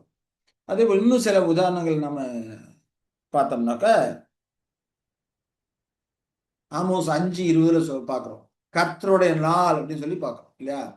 கர்த்தருடைய நாள் அப்படின்னா எவ்வளவு காலம்? அது 1000 வருடங்கள். ஒரு 1000 வருடங்கள் அப்படி முழுக்கிறதா அது கர்த்தருடைய நாள் இல்லைங்களா? அப்ப இங்க சொல்ல ஆமோஸ் 5:20 சொல்லும்போது கர்த்தருடைய நாள் வெளிச்சமா இராமல் இருளும் பிரகாசமற்ற அந்தகாரமா இருக்குமா அல்லவோ சொல்றாரு. அப்ப கர்த்தருடைய நாள் 1000 வருடங்கள் அப்படிங்கிறப்போ 1000 வருடங்கள் முழுக்கவே வெளிச்சமா இல்லாம இருளும் பிரகாசமற்ற அந்தகாரமாவும் இருக்குமா? இல்லையா? 1000 வருடங்கள் கட்டப்பட்டிருப்பான்னு சொல்லி 1000 வருடங்கள் முழுக்க கட்டப்பட்டிருப்பான்னு எடுத்தோமானால் அப்ப இந்த கர்த்தருடைய நாள் 1000 வருடம் ஆச்சே. கர்த்தருடைய நாள் அப்படின்னா 1000 வருடம் தானே கர்த்தருடைய நாள். அப்ப கர்த்தருடைய 1000 வருடங்கள் முழுக்கவே கர்த்தருடைய நாள் வெளிச்சம் ஏறாம இருளும் பிரகாசமற்ற அந்தகாரமா இருக்கும் என்று நாம இதை எடுக்க முடியுமா? நிச்சயமாக அப்படி எடுக்க முடியாது. ஏன்னா கர்த்தருடைய நாள்ல ஒரு குறிப்பிட்ட பகுதி மட்டும்தான் வெளிச்சம் ஏறா இருளும் அந்தகாரமா இருக்கும். குறிப்பிட்ட கால அளவு தான் அந்த மாதிரி இருக்கும். அதற்கு அப்புறம் ஃபுல்லா வெளிச்சம் தான் இல்லையா? அதே போல 1 தெசலோனிக்கேயர் 5:2 படிக்கிறோம். இரவிலே திருடன் வருகிற விதமாய் கர்த்தருடைய நாள் வரும் என்று நீங்கள் நன்றாய் அறிந்திருக்கீங்க. இங்கேயும் கர்த்தருடைய நாள் சொல்றாரு. கர்த்தருடைய நாள் என்ன? 1000 வருஷம். இப்ப 1000 வருஷம் முழுவதுமே இரவிலே திருடன் வருகிற விதமாய் வருமா? 1000 வருஷம் முழுவதுமே இரவிலே திருடன் வருகிற விதமாய் வந்தாக்க அவரை குத்தினவர்கள் எப்படி நோக்கி பார்ப்பாங்க? அநேகர் தூங்கிட்டுல இருப்பாங்க, அநேகர் அறியாமல் இருப்பாங்க. அவர் எப்படி ஆளுகை பண்ணுவது? தூக்கத்துல இருக்கிறவங்களை ஆளுகை பண்ண முடியுமா? இல்லையா? அப்ப இரவில் திருடன் வருகிற விதமாய் வருகிறார் அப்படி கர்த்தருடைய நாள் வரும்னு சொல்லும்போது கர்த்தருடைய நாள் 1000 வருடத்துல ஒரு குறிப்பிட்ட பகுதி இரவில் திருடன் வருகிற விதமா யாரும் அறியாத விதமா இருக்கும். அது பரோசியா காலம் படிக்கிறோம். இப்ப கர்த்தருடைய வருகை குறித்து 3 ஸ்டேஜஸா வேதாந்தம் நம்ம படிச்சிருக்கிறோம் இல்லையா? இரவில் திருடன் வருகிற விதமா வரும். அதே போல மின்னல் கிழக்கிலிருந்து தோன்றி மேற்கு வரைக்கும் பிரகாசிக்கிறது போல அது சூரிய ஒளின்னு படிக்கணும். சூரிய ஒளி கிழக்கிலிருந்து தோன்றி மேற்கு வரைக்கும் பிரகாசிக்கிறது போல ஆண்டோட வந்துதல் இருக்கும்னு சொல்லி நம்ம படிக்கிறோம். இரவிருடன் வருகிற விதமா வரணும்னு சொல்லி படிக்கிறோம். பகல் இருக்கிற மாதிரி இல்லையா? சூரியன் உதிக்கிற மாதிரி வெளிச்சம் பிரகாசம் கொண்டே போகும் அப்படிங்கிற மாதிரியும் அதை படிக்கிறோம் இல்லையா? அப்ப இதுல இருந்து நமக்கு என்ன விளங்கி கொள்கிறோம்னு பார்த்தோம்னா கர்த்தருடைய நாள்ங்கிறது 1000 வருடம். 1000 வருடம் முழுக்கவே திருடன் வருகிற விதமா இருக்கும். குறிப்பிட்ட காலங்கள் அது திருடன் வருகிற விதமா இருக்கும். அது பரோசியா காலங்கள் இல்லையா? அப்படியானால் 1000 வருடங்கள் சாத்தான் கட்டப்பட்டிருப்பான் என்றால் ஒரு குறிப்பிட்ட காலங்களில் சாத்தான் முழுமையாக கட்டப்பட்டிருப்பான் அப்படிங்கிறத நாம் அதன் மூலமாக நம்ம புரிந்து கொள்கிறோம். அதனால்தான் நிச்சயமற்ற ஒரு பன்மையின் தன்மை என்று அங்கே கொடுக்கப்பட்டிருக்கிறது. அப்ப கர்த்தருடைய நாள் இரவிலே திருடன் வருகிறதுமாய் வரும். அப்பொழுது வானங்கள் மடமடன்று அகன்று போம், பூதங்கள் வெந்து உருகி போம், பூமியில் அதில் கிரியைகள் எல்லாம் எரிந்து அழிந்து போம். அப்ப இரவில் திருடன் வருகிறதுமா வரும். இங்கே கர்த்தருடைய நாள் தான் சொல்றாரு பேதுரு சொல்லும்போது 2 பேரும் 3:10. அப்ப கர்த்தருடைய நாளுங்கிறப்ப 1000 வருடங்கள் முழுக்கவே திருடன் வருகிற விதமா வராது. அப்பொழுது வானங்கள்லாம் மடமன்று அகன்று போகும் அப்படிங்கிறார். வானங்கள்ங்கிறது சாத்தானுடைய ஆளுகை காணக்கூடிய விதத்தில் சாத்தான் ஆளக்கூடிய அந்த ஸ்பிரிச்சுவல் கண்ட்ரோலை குறிக்கூடியா இருக்கு. அதெல்லாம் இல்லாம போயிடும். பூதங்கள் வெந்து உருகிப்போம், பூமியில் அதில் உள்ள கிரிகள் எல்லாம் எரிந்து அழிந்து போம் அப்படிங்கிறப்போ அப்ப இது எதை குறிக்கக்கூடியதா இருக்குது? பூமியில் அவனை ஏற்பாடு செய்திருக்க ஆளுகைகள் அமைப்புகள் இது எல்லாமே இல்லாம போயிடும். எல்லாத்தையும் எடுத்து போட்டுருவாரு. இதெல்லாம் எதற்குள்ள எடுத்து போடும்? பெஸ்லியா காலம் ஆரம்பிக்கிறதுக்கு முன்னமே இந்த காரியங்கள் எல்லாமே முடிஞ்சிடும். இரவில் திருடன் வருட விதமாய் வருகிறது அப்படிங்கிறப்போ அது எந்த காலகட்டம்? அது ஆரம்ப காலகட்டம், பரிசுய காலகட்டத்தை குறிக்கிறதா இருக்கு. வானங்கள் அகன்று போகும், பூதங்களும் உருகி போகும். இது எந்த காலகட்டம்? இது மகாபத்திரத்து காலகட்டமா இருக்கு, எபிபனி காலகட்டமா இருக்குது. அப்போ கர்த்தருடைய நாள்ல ஒரு குறிப்பிட்ட காலங்களை குறித்து சொல்லும் போதும் 1000 வருடங்கள் கொண்ட கர்த்தருடைய நாள் என்று அங்க சொல்லுவதை பார்க்கிறோம். அதே போலதான் சாத்தான் 1000 வருடங்கள் கட்டப்பட்டிருப்பான் என்று சொல்லும்போது நிச்சயம் குறிப்பிட்ட காலத்தை குறிக்கக்கூடியதா இருக்க இல்லையா, முழு 1000 வருடம் முழுக்க அது குறிக்காது அப்படிங்கிறத நாம இதன் மூலமாக புரிந்து கொள்ளுகிறோம் இல்லையா? சரி, அப்ப 1000 ஆண்டுகள் அப்படிங்கிறப்போ மரணத்துக்கு எதிரான முழுமையான வெற்றியை நிறைவேற்றுவதுதான் அந்த ராஜ்யத்தினுடைய முக்கியமான நோக்கமா இருக்கு. அதற்கு 1000 ஆண்டுகள் தேவைப்படுகிறது அப்படின்னு சொல்லிட்டு நாம புரிந்து கொள்ளுகிறோம். ஆனா கிறிஸ்தவருடைய பொதுவான கண்ணோட்டம் இதெல்லாம் புரிந்து கொள்ளணும்னா மனத்தாழ்மை உள்ளவர்களா இருக்கும். வேதத்துல உள்ள காரியங்களை அது மற்ற வேத வசனங்களோடு இப்ப நாம மற்ற வேத வசனம் இசைவினக்கமா பார்த்து புரிந்து கொள்கிறோம் இல்லையா? அதே போல் மற்ற வேத வசனம் இசைவினக்கமா பார்த்து புரிந்து கொள்ளணும். அப்படி புரிந்து கொள்றது கிடையாது. ஏதாவது ஒரு வசனத்தை இருக்க பிடிச்சிக்க வேண்டி, இது இப்படி சொல்லியிருக்கு, இது இப்படி சொல்லியிருக்கு, அவ்வளவுதான், இதுதான் அப்படி அதிக பிடிச்சிக்குவாங்க. மற்ற வசனம் அப்படி சொல்லி இருக்குது, அப்ப அது தப்பா, இது சரியா? அப்ப ரெண்டையும் இசைவினக்கப்படுத்தணும்ல. ஆனா அவங்க பாக்குறது கிடையாது. ஏதாவது ஒண்ணு பிடிச்சிக்கிட்டு இப்போ ஒரு கதை கூட நம்ம படிச்சிருப்போம். 4 குருடர்கள் சேர்ந்து ஒரு யானைய பார்க்க போகும்போ ஒவ்வொருத்தரும் ஒவ்வொரு யானையோட ஒவ்வொரு பாட்டை தடவி பார்த்து யானை இது போல இருக்கு, இது போல இருக்குன்னு சொல்லி அதை மட்டும் தான் சொல்றாங்க. ஒரு கூட யானை வயிற்றை தடவி பார்த்து யானை செவுரு மாதிரி இருக்கு அப்படின்றான். அப்புறம் அவனை பொறுத்த வரைக்கும் செவுரு தான் அது. ஏன்னா மற்ற பகுதியில் அவன் பார்க்கல. ஒருத்தன் காலை பிடிச்சிக்கிட்டு யானை வந்து தூண் மாதிரி இருக்கிறான். அவனை பொறுத்த வரைக்கும் அதுதான் அறிஞ்சிருக்கிறான். மற்ற பார்ட்ஸ் எல்லாம் அவன் அறியல. அது போல இன்னைக்கு அநேக கிறிஸ்தவர்கள் ஏதாவது ஒரு வசனத்தை இருக்க பிடிச்சிக்கிட்டு இதுதான் இதுதான் அப்படின்னு சொல்லிட்டு இருக்கிறாங்க. சாத்தான் அந்த அளவுக்கு அவர்கள் மேல குறையில, சாத்தான் அந்த அளவுக்கு அவர்களை குருடாக்கி போட்டிருக்கிறான். சுவிசேஷ ஒளி பிரகாசமாபடிக்கு பிரபஞ்சத்தின் அதிபதியான சாத்தான் அவர்களை அவருடைய கண்களை குருடாக்கி போட்டு வச்சிருக்கிறான்னு சொல்லி நம்ம பார்க்கிறோம். சரி, அப்ப கிறிஸ்துவோட பொதுவான கண்ணோட்டம் அப்படின்னு சொல்லி இப்ப இது வரைக்கும் பார்த்தோம். கிறிஸ்துவோட பொதுவான கண்ணோட்டம் எப்படி இருக்கு அப்படின்னு சொல்லி பார்த்தோம்னா, அதாவது கிறிஸ்துவோட அரசாட்சி குறித்து, ராஜ்யத்தை குறித்து பொதுவான கண்ணோட்டம் அவர்கள் எப்படி இருக்குன்னு பார்த்தோம்னா, பரிசுத்தவான்களின் ஆட்சி அப்படிங்கிறப்போ அனைத்து மாணிக்க கற்களும் சேர்ந்த பிறகுதான் வரும். சாத்தான் முழுமையாக கட்டப்பட்ட பிறகுதான் அவர்களின் ஆளுகை இருக்கும். அப்பொழுது பிரஜாதின ஆளுகை முடிவுக்கு வந்திருக்கும். ஆனா இப்பொழுது பிரஜாதின ஆளுகையும் இருக்குது, சாத்தானின் செயல்களும் இருக்குது. ஆகவே பரிசுத்தவான்களுக்கான ஓட்டம் இன்னும் இருக்குது, அது இன்னும் முடிவுக்கு வரல. இப்படிதான் அநேகர் நினைச்சு கொண்டிருக்கிறாங்க. பிரஜாதியாரின் காலங்கள் முடிவடைந்த பிறகுதான் பரிசுத்தவான்கள் ஆட்சி முறையாக ஆரம்பித்தது என்று சொல்ல இயலும்.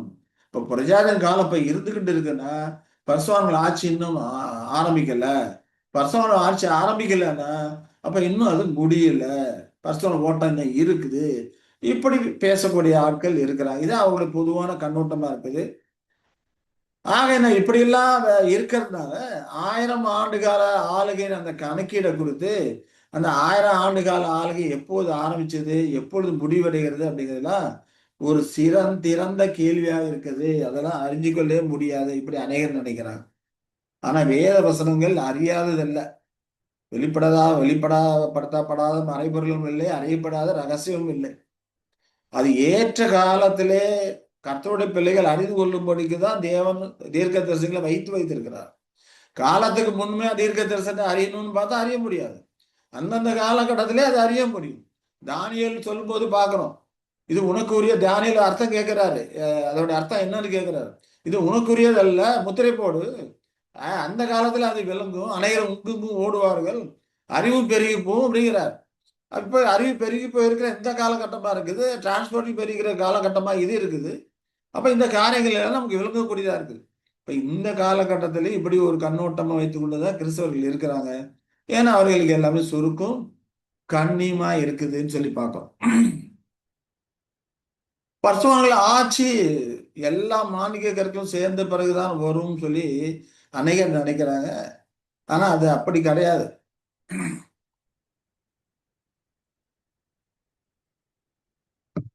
ஏன்னா வேதவசம் அவர்கள் உயிர்த்து கிறிஸ்துவுடைய கூட 1000 வருஷம் அரசாண்டார்கள் சொல்லப்பட்டிருக்கு. பரிசுத்தவான்கள் உயிர்த்தெழுந்த எப்போ? 1878.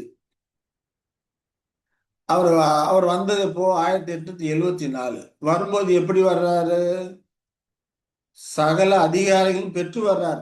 பூமியில படிக்கிறோம், பிரபுவாகி ஒருவன் ஆளுக அதிக ராஜ்யத்தை பெற்று வரும்படிக்கு தூர தேசத்துக்கு போயிட்டு வர்றான் அப்படின்னு சொல்லி படிக்கிறோம். வந்தோம் தம்முடையவர்கள கூப்பிட்டு கணக்கு ஒப்பிக்கிற கேட்கிறாரு அப்படின்னு சொல்லி எல்லாம் படிக்கிறோம் இல்லைங்களா? அதே போல யஸ்வாகர்ஸ் ராஜ்யத்தோட அந்த அதிகாரத்தை ஆளுகைக்கூடிய அதிகாரத்தெல்லாம் பெற்றுக்கொண்டு வர்றாரு. பெற்றுக்கொண்டு வர்றாருன்னா 1874 ஆளுகை ஆரம்பிச்சிட்டாரு. இப்ப 1878 பரிசுத்தவான்கள் முதலாம் உயிர்த்தெழுந்து ஆரம்பிச்சிருச்சு அப்படின்னாக்க அவர் தம்முடைய வல்லமையை அதிகாரத்தை செயல்படுத்த ஆரம்பிச்சிட்டாரு. 1878 வல்லமை அதிகாரத்தை அவர் செயல்படுத்த ஆரம்பிச்சிட்டாரு அப்படின்னு சொல்லி நம்ம ஏற்கனவே பாடங்கள்லாம் நம்ம படிச்சிருக்கிறோம் இல்லைங்களா? இப்ப ஆளுகை அப்பயே ஆரம்பிச்சிருச்சு. இப்போ வல்லமை இப்போ 1878 பரிசுத்தவான்கள் வந்து நித்திரையில் இருக்கிற பரிசுத்தவான்கள் முதலாவது உயிர்த்தெழுறாங்க. உயிர்த்தெழுந்து என்ன பண்றாங்க? கிறிஸ்துவோடு கூட 1000 வருடம் அந்த ஆளுகையில பங்கெடுக்கிறாங்க. ஏன்னா வேதவசனம் அதான் சொல்லுது, அவர்கள் உயிர்த்து கிறிஸ்துவுடனே கூட 1000 வருஷம் ஆளுகிறார்கள். அதானே படிக்கிறோம். அப்ப உயிர்த்தெழுந்தவுடனே அவர்கள் கிறிஸ்துவோடு கூட அந்த ஆளுகையிலே பங்கெடுக்கிற எந்த ஆளுகையில? கிறிஸ்துவின் 1000 வருட ஆளுகையிலே பங்கெடுக்கிறாங்க. அதற்கப்புறம் உயிரோடு ஓடிக்கொண்டிருக்க அந்த பரிசுத்தவான்கள் தங்கள் ஓட்டத்தை முடிக்க முடிக்க அவர்கள் உயிர்த்து ஒரு இமை பொழுதிலே மறுரூபமாகி உயிர்த்து என்ன பண்றாங்க? கிறிஸ்துவோடு கூட அந்த ஆளுகையிலே பங்கெடுக்கக்கூடியவர்களாக அவர்கள் இருக்கிறார்கள். இந்த விதமாக தான் அவர்கள் உயிர்த்து கிறிஸ்துவுடன் கூட 1000 வருடம் ஆளுகை பண்ணுகிறார்கள். என்ன பிரதர், நீங்க பாட்டுக்கு சட்டுமானிக்கு இப்படி சொன்னா அதற்கு ஆதாரம் இருக்கிறதா? இல்லையா? ஆதாரம் இல்லாம நம்ம எதையும் பேசக்கூடாது. முதலாம் வருகையிலே வந்திருக்கிறாரு. முதலாம் வருகையிலே வந்திருக்கு. இப்போ அவர்கள் உயிர்த்து அந்த காலங்கள் என்னது? அறுவடையின் காலமா இருக்குது. முதலாவது உயிர்த்தெழுந்த பரிசுத்தவான்கள் களஞ்சியத்திலே சேர்க்கப்பட்ட கோதுமை மணிகளா இருக்கிறாங்க. அதுக்கப்புறம் ஓடிக்கொண்டிருக்கிற பரிசுத்தவான்கள்லாம் அங்க பார்த்தோம்னா அங்க அறுவடை காலம் நடக்குதுன்னு சொல்லி படிச்சிருக்கிறோம் இல்லைங்களா? அப்போ அதே விதமாக முதலாம் வருகையில பார்த்தோம்னா எப்படி இருந்தது? இயேசுவாசம் முதலாம் வருகையில வந்திருக்கும் போது அறுவடை காலம். முதல் பிரதான அறுவடையாளராக இயேசுவாசம் வர்றாரு. இயேசுவாசம் அறுத்து எடுத்தது யாவே தேவன். யாவே தேவன் அவரை அறுத்து எடுத்து முதல் அறுவடையாளராக அறுவடை பணியை செய்ய சொல்றார். இப்போ கிபி 29 ஞானசானம் எடுத்ததுல இருந்து அவர் முதல் அறுவடையாளராக அவர் இருக்கிறார். அவர் என்ன பண்றாரு? ஒரு 12 அப்போஸ்தலர்களை செலக்ட் பண்றாரு. 12 அப்போஸ்தலரை செலக்ட் பண்ணும்போது அது எந்த வேலை? அது அறுவடை வேலை இல்லையா? ஏன்னா யோவான் சொல்றார், தூற்றுக்கூட அவர் கையில் இருக்கிறது, கோதுமையோ களஞ்சியத்தில் சேர்ப்பார், பதரையோ அக்கினியால் சுட்டெரிப்பார். இயேசு கிறிஸ்து சொல்றாரு, அறுப்பு மிகுதி, வேலையாட்கள் கொஞ்சம், எஜமான நிறைய ஆட்களை அனுப்பும்படி வேண்டிக் கொள்ளுங்கள் சொல்றாரு. நீங்கள் விதைக்காது. இதெல்லாம் நம்ம ஏற்கனவே அந்த பழைய வீடியோல நம்ம அந்த காரியங்கள்ல நம்ம பார்த்துருக்கோம். அறுவடை அப்படிங்கிற அந்த காரியங்களை பார்த்துருக்கோம். அப்ப அறுவடை வேலை செய்யறாரு. முதல்ல இயேசுவாவது பிரதான அறுவடையாளர் வர்றாரு. ஒரு 12 பேர்த்த அறுத்து எடுக்கிறாரு. அப்போஸ்தலர் அறுத்து எடுக்கிறாரு. அவர்த்த எடுத்துட்டு அவங்க என்ன பண்றாங்க? கிறிஸ்துவோடு கூட சேர்ந்து அந்த அறுவடை வேலையில் பங்கெடுக்கிறாங்க. அதற்கப்புறம் கொஞ்ச நாள் கழிச்சு ஒரு 70 பேர்த்த செலக்ட் பண்றாங்க. ஏன்னா ஆளு பத்தாது. ஒரு 70 பேர்த்த செலக்ட் பண்றாங்க. அந்த 70 பேர்த்த செலக்ட் பண்ணணும்னு அவங்க என்ன பண்றாங்க?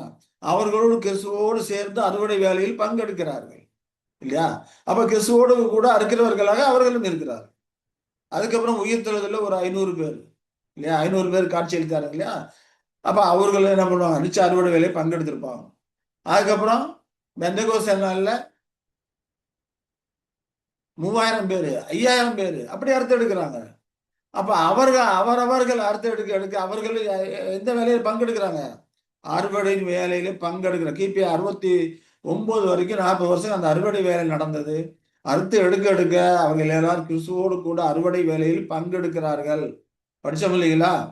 அப்ப இங்க இதுவும் அறுவடை வேலை, இங்கேயும் அதே அறுவடை நிறைவேறுதல் அறுவடை வேலை நடக்குது. அப்ப முதலாவது அந்த முழுமையடைந்து வெற்றி சிறந்த அந்த பரிசுத்தவான்களை அந்த கோதுமை மணியை என்ன பண்ணணும், களஞ்சியத்துல சேர்க்கிறாரு. அடுத்தது உயிரோடு ஓடிக்கொண்டிருக்கிற அந்த பசுவாங்க அந்த ஓட்டத்தை ஓடி முடிக்க முடிக்க அவர்களை எல்லாம் களஞ்சியத்தில் சேர்க்கணும் இல்லையா? ஓட்டத்தை ஓடி முடிக்கிறாங்க, உடனே அவர்களையும் களஞ்சியத்தில் சேர்க்கணும். அப்ப அவர்கள் உயிர் தெழுகிறாங்க.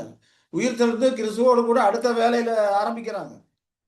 எப்படி முதலாவது நித்திராய்ந்தவர்கள் உயிர்த்து கிறிஸ்துவுடன் கூட ஆளுகை பண்ணார்களோ, ஓடிக்கொண்டிருக்கிற பசுவான்களும் அதோட கூட உயிர் தெழுந்து அவரோடு கூட ஆளுகை பண்றார்கள் அப்படின்னு சொல்லி நம்ம பார்க்கிறோம். இப்ப இதில் எல்லாமே அந்த ஆளுகை பங்கெடுக்கக்கூடிய ஒரு காரியமா இருக்கு. இந்த விதமாக தான் பரிசுத்தவான்களை உயிர்த்து கிறிஸ்துவுடன் கூட ஆளுகை பண்றார்கள். இது அறியாதபடிக்கு அவர்கள் என்ன பண்ணாங்க, தாங்கள் எதிர்பார்த்த விதமாக தான் கிறிஸ்துவின் ஆளுகை இருக்கணும்னு நினைக்கிறாங்க. இதே ஒண்ணு வேதாந்தம் சொல்லியிருக்கிற அந்த ஆளுகை எப்படி இருக்கும், எந்த விதமாக சொல்லியிருக்கிறாரோ அதை அப்ரிசியேட் பண்றது கிடையாது. தாங்க என்ன நினைக்கிறோமோ அது போலதான். ஏதாவது ஒரு காரியத்தை இருக்க 1000ங்கிற ஒரு காரியத்தை இருக்க பிடித்து கொண்டு இந்த விதமாக கருத்தில் கொள்ளக்கூடியவர்களா இருக்கிறாங்க. இது எல்லாமே அவர்களுக்கு என்னது, இடதுக்கு ஏதுவான கல்லா இருக்கிறது. இதெல்லாம் அவர்களுக்கு சுருக்கும் கண்ணியமா இருக்கு. இது இப்போ இதெல்லாம் கிறிஸ்துவோட பொதுவான கண்ணோட்டம். எல்லாரும் உயிர் தந்ததுக்கு அப்புறம் தான் ஆளுகை ஆரம்பிக்கணும் அப்படிங்கிறது ஒரு பொதுவான கண்ணோட்டம். ஆனா வேதாகமம் என்ன கண்ணோட்டத்துல இருக்கு, வேதாகமம் என்ன சொல்லுது அதைத்தானே நாம பார்க்கணும் இல்லைங்களா? வேதம் என்ன சொல்லுதோ அதை தான் நாம பார்க்கணும். நம்முடைய கண்ணோட்டம் எப்படி வேணாலும் இருக்கும். ஒவ்வொருத்தரும் ஒவ்வொரு விதமான கண்ணோட்டம் வைத்திருப்பாங்க. அது மாதிரி இல்ல, வேதாகம கண்ணோட்டம் என்ன அப்படிங்கிறத நாம பார்க்கணும். அப்ப மில்லினியம் குறித்த வேதாகம கண்ணோட்டம் என்ன அப்படின்னு சொல்லி பார்த்தோம்னா, வெளிப்படுத்தினம் 11:15 படிக்கிறோம் இல்லைங்களா? 7ஆம் தூதன் எக்காலம் ஊதினான், அப்பொழுது உலகத்தின் ராஜ்யங்கள் நம்முடைய கர்த்தருக்கும் அவருடைய கிறிஸ்துவுக்கும் உரிய ராஜ்யங்களாயின. அவர் சதா காலங்களில் ராஜ்யம் பாரம் பண்ணுவார் என்னும் கம்பீர சத்தங்கள் வானத்தில் உண்டாயின சொல்லி படிக்கிறோம். அப்ப 7ஆம் தூதன் எக்காலம் ஊதுறாரு. அந்த நாள்ல உலகத்தின் ராஜ்யம் எல்லாமே நம்முடைய கர்த்தருக்கும் கிறிஸ்துவுக்கும் உரிய ராஜ்யங்கள்லாம் ஆயிடுச்சு. அப்ப 7ஆம் தூதன் எக்காலம் ஊதும் போது அவர் ஆளுகையை ஆரம்பிச்சிருக்கிறாரு. ஏன்னா அது அவருடையது, ராஜ்யம் அவருடையது இல்லைங்களா? 7ஆம் தூதனுடைய எக்கால சத்தம் எப்போ, எந்த வருஷம், இந்த சபையின் காலங்கள்ல அந்த சார்ட்ல படிக்கிறோம். அது லவோதிகா சபையின் காலகட்டம் 1874, கிபி 1874 தான் 7ஆம் தூதனுடைய எக்கால சத்தம் ஊதக்கூடிய அந்த நாள். அது இயேசு கிறிஸ்து 2ஆம் வருகையிலே வந்திருக்கிற அந்த காலம். 2ஆம் வருகையிலே வந்திருக்கிற அந்த காலத்துல 7ஆம் தூதன் எக்கால சத்தம் ஊதுறாரு. உலக ராஜ்யங்கள்லாம் கிறிஸ்துக்குரிய ராஜ்யங்களாக ஆயின இல்லையா? உலகத்தின் ராஜ்யங்கள் நம்முடைய கர்த்தருக்கும் அவருடைய கிறிஸ்துக்கும் உரிய ராஜ்யங்கள் ஆயின. அதாவது யாவே தேவனுக்கும் அவருடைய கிறிஸ்துக்கும் உரிய ராஜ்யங்களாக ஆயிருச்சு அப்படிங்கிற சத்தம் வருது அப்படின்னு சொல்லி நம்ம பார்க்கலாம். இதான் 7ஆம் தூதனுடைய எக்கால சத்தமா இருக்குது அப்படிங்கிறத நம்ம புரிந்து கொள்வோம் இல்லைங்களா? சரி, அடுத்ததா பார்க்கும்போது இதே காரியத்தை அப்போஸ்தலனாகிய பவுல் சொல்றாரு. 1 தெசலோனிக்கேயர் 4:16 சொல்லும்போது, கர்த்தர் தாமே ஆரவாரத்தோடும் பிரதான தூதனுடைய சத்தத்தோடும் தேவ எக்காலத்தோடும் வானத்திலிருந்து இறங்கி வருவார். அப்பொழுது கிறிஸ்துவுக்குள் மரித்தவர்கள் முதலாவது எழுந்திருப்பார்கள். இவர் எந்த காலத்துல சொல்றாரு? மில்லினியல் யுகம் ஆரம்பம். பரிசுத்தவான்கள் உயிர்த்தெழுதல் இல்லையா? அவர் வரும்போது வந்திருக்கும் போது ஆரவாரத்தோடும் பிரதான தூதனுடைய சத்தத்தோடும் இங்க தேவ எக்காலம், அங்க 7ஆம் தூதனுடைய எக்காலம் சொல்றாரு யோவான் அப்போஸ்தலன். இங்க பவுல் அப்போஸ்தலன் அதை தேவ எக்காலம் என்று அங்க சொல்கிறாரு. அது வானத்திலிருந்து இறங்கி வருகிறாரு. அப்போ கிறிஸ்துவுக்குள் மரித்தவர்கள் முதலாவது எழுந்திருப்பார்கள். அப்படிங்கிறப்போ இந்த உயிர்த்தெழுதல் எப்ப நடந்தது? கிபி 1878. அவர் அவர் வல்லமையோடும் அதிகாரத்தோடும் வர்றாரு. இப்ப 1878 அவருடைய ஆளுகையின் வல்லமையை பிரயோகிக்க ஆரம்பிச்சார். உயிர்த்தெழுதல் வரணும்னா வல்லமை இல்லாம உயிர்த்தெழுதல் வைக்க முடியுமா இவர்களை? உயிர்த்து கிறிஸ்துவோட கூட ஆளுகையில பங்கெடுக்கணும் இல்லையா? அப்ப 1878 உயிர்த்தெழுதல் ஆரம்பிச்சிருச்சுன்னு சொல்லி நாம இணை காலங்கள் மூலமாக நாம படிச்சிருக்கிறோம். அப்போ ஆண்டோடைய ஆளுகை 7ஆம் எத்தாலசத்து நாட்கள் அந்த 1874 ஆரம்பிச்சிருச்சு அப்படிங்கிறது தான். இது என்னது, கிறிஸ்துடைய ராஜ்யத்தை குறித்து மில்லினியம் குறித்த வேதாகம கண்ணோட்டம். கிறிஸ்துவ கண்ணோட்டம் என்ன, எல்லாமே வந்ததுக்கு அப்புறம் தான் ஆளுகை ஆரம்பிக்கணும். ஆனா வேதாகமம் எப்படி அத சொல்லுது? 7ஆம் தூதன் சத்தத்து நாட்கள்ல உலகத்தின் ராஜ்யம் கர்த்தருக்கும் கிறிஸ்துக்கும் உரிய ராஜ்யங்களாக ஆயிடுச்சு. அப்ப அவர்தான் ராஜா, அவர்தான் ஆளுகை பண்ணக்கூடியவர் இல்லைங்களா? சரி, அது மட்டும் இல்ல. 1914 கிபி 1914 புரஜாதியின் காலம் முடிவடைந்து விட்டது. இது வேதாகம கண்ணோட்டமா இருக்கு. ஏன்னா வேதாகம காலக்கணக்கில் ஏற்கனவே நம்ம படிச்சிருக்கோம். கிபி 1914 புரஜாதி காலம் முடிவடைந்து விட்டது. புரஜாதியின் காலம் ஆரம்பம் கிமு 606. இஸ்ரேலுக்கு கொடுக்கப்பட்ட ஏலத்தனை தண்டனை அதெல்லாம் கணக்கு பண்ணி பார்த்தோம்னா கரெக்டா 1914 பிரஜாதி காலம் முடிஞ்சிருச்சு. அதே போல 1874 யூபிலி ஆரம்பிச்சிருச்சுன்னு பாக்குறோம் இல்லையா? ஏன்னா யூபிலிகள் மகா பெரிய யூபிலி 1874 ஆரம்பிக்குது. இந்த ஏலமுடைய எக்கால சத்தம் அந்த தேவ எக்காலம் அப்படிங்கிறது யூபிலி எக்காலமாகவும் இருக்குது. யூபிலிக்கு இருந்த காரியங்களும் நம்ம ஏற்கனவே படிச்சிருக்கிறோம். அந்த யூபிலிக்கு இருந்த காரியங்கள் என்னது? பூரிகை ஊதி யூபிலிய அவங்க அறிவிக்கணும். அது 1874 அறிவிக்க ஆரம்பிச்சாச்சு. அப்ப யூபிலி அறிவிப்பு முதல்ல யாருக்கு வரணும்? பரம்பரை யாருக்கு முதலா போனுச்சு? மாம்ச இருக்கு. அப்ப திரும்ப கொடுத்தலுக்கு காலம் யூபிலின்னா என்ன? இழந்து போனதெல்லாம் திரும்ப கிடைக்கக்கூடிய காரியம். அந்த யூபிலி இழந்து போன காரியம் திரும்ப கொடுக்குற காரியங்கள் அப்படிங்கிற மாதிரி அந்த யூபிலி எக்காலம், யூபிலி செய்தி முதல்ல யாருக்கு போகணும்? மாம்ச பிரகாரமா இஸ்ரேலர்கள். மாம்ச பிரகாரமா இஸ்ரேல் எங்க இருக்கிறாங்க?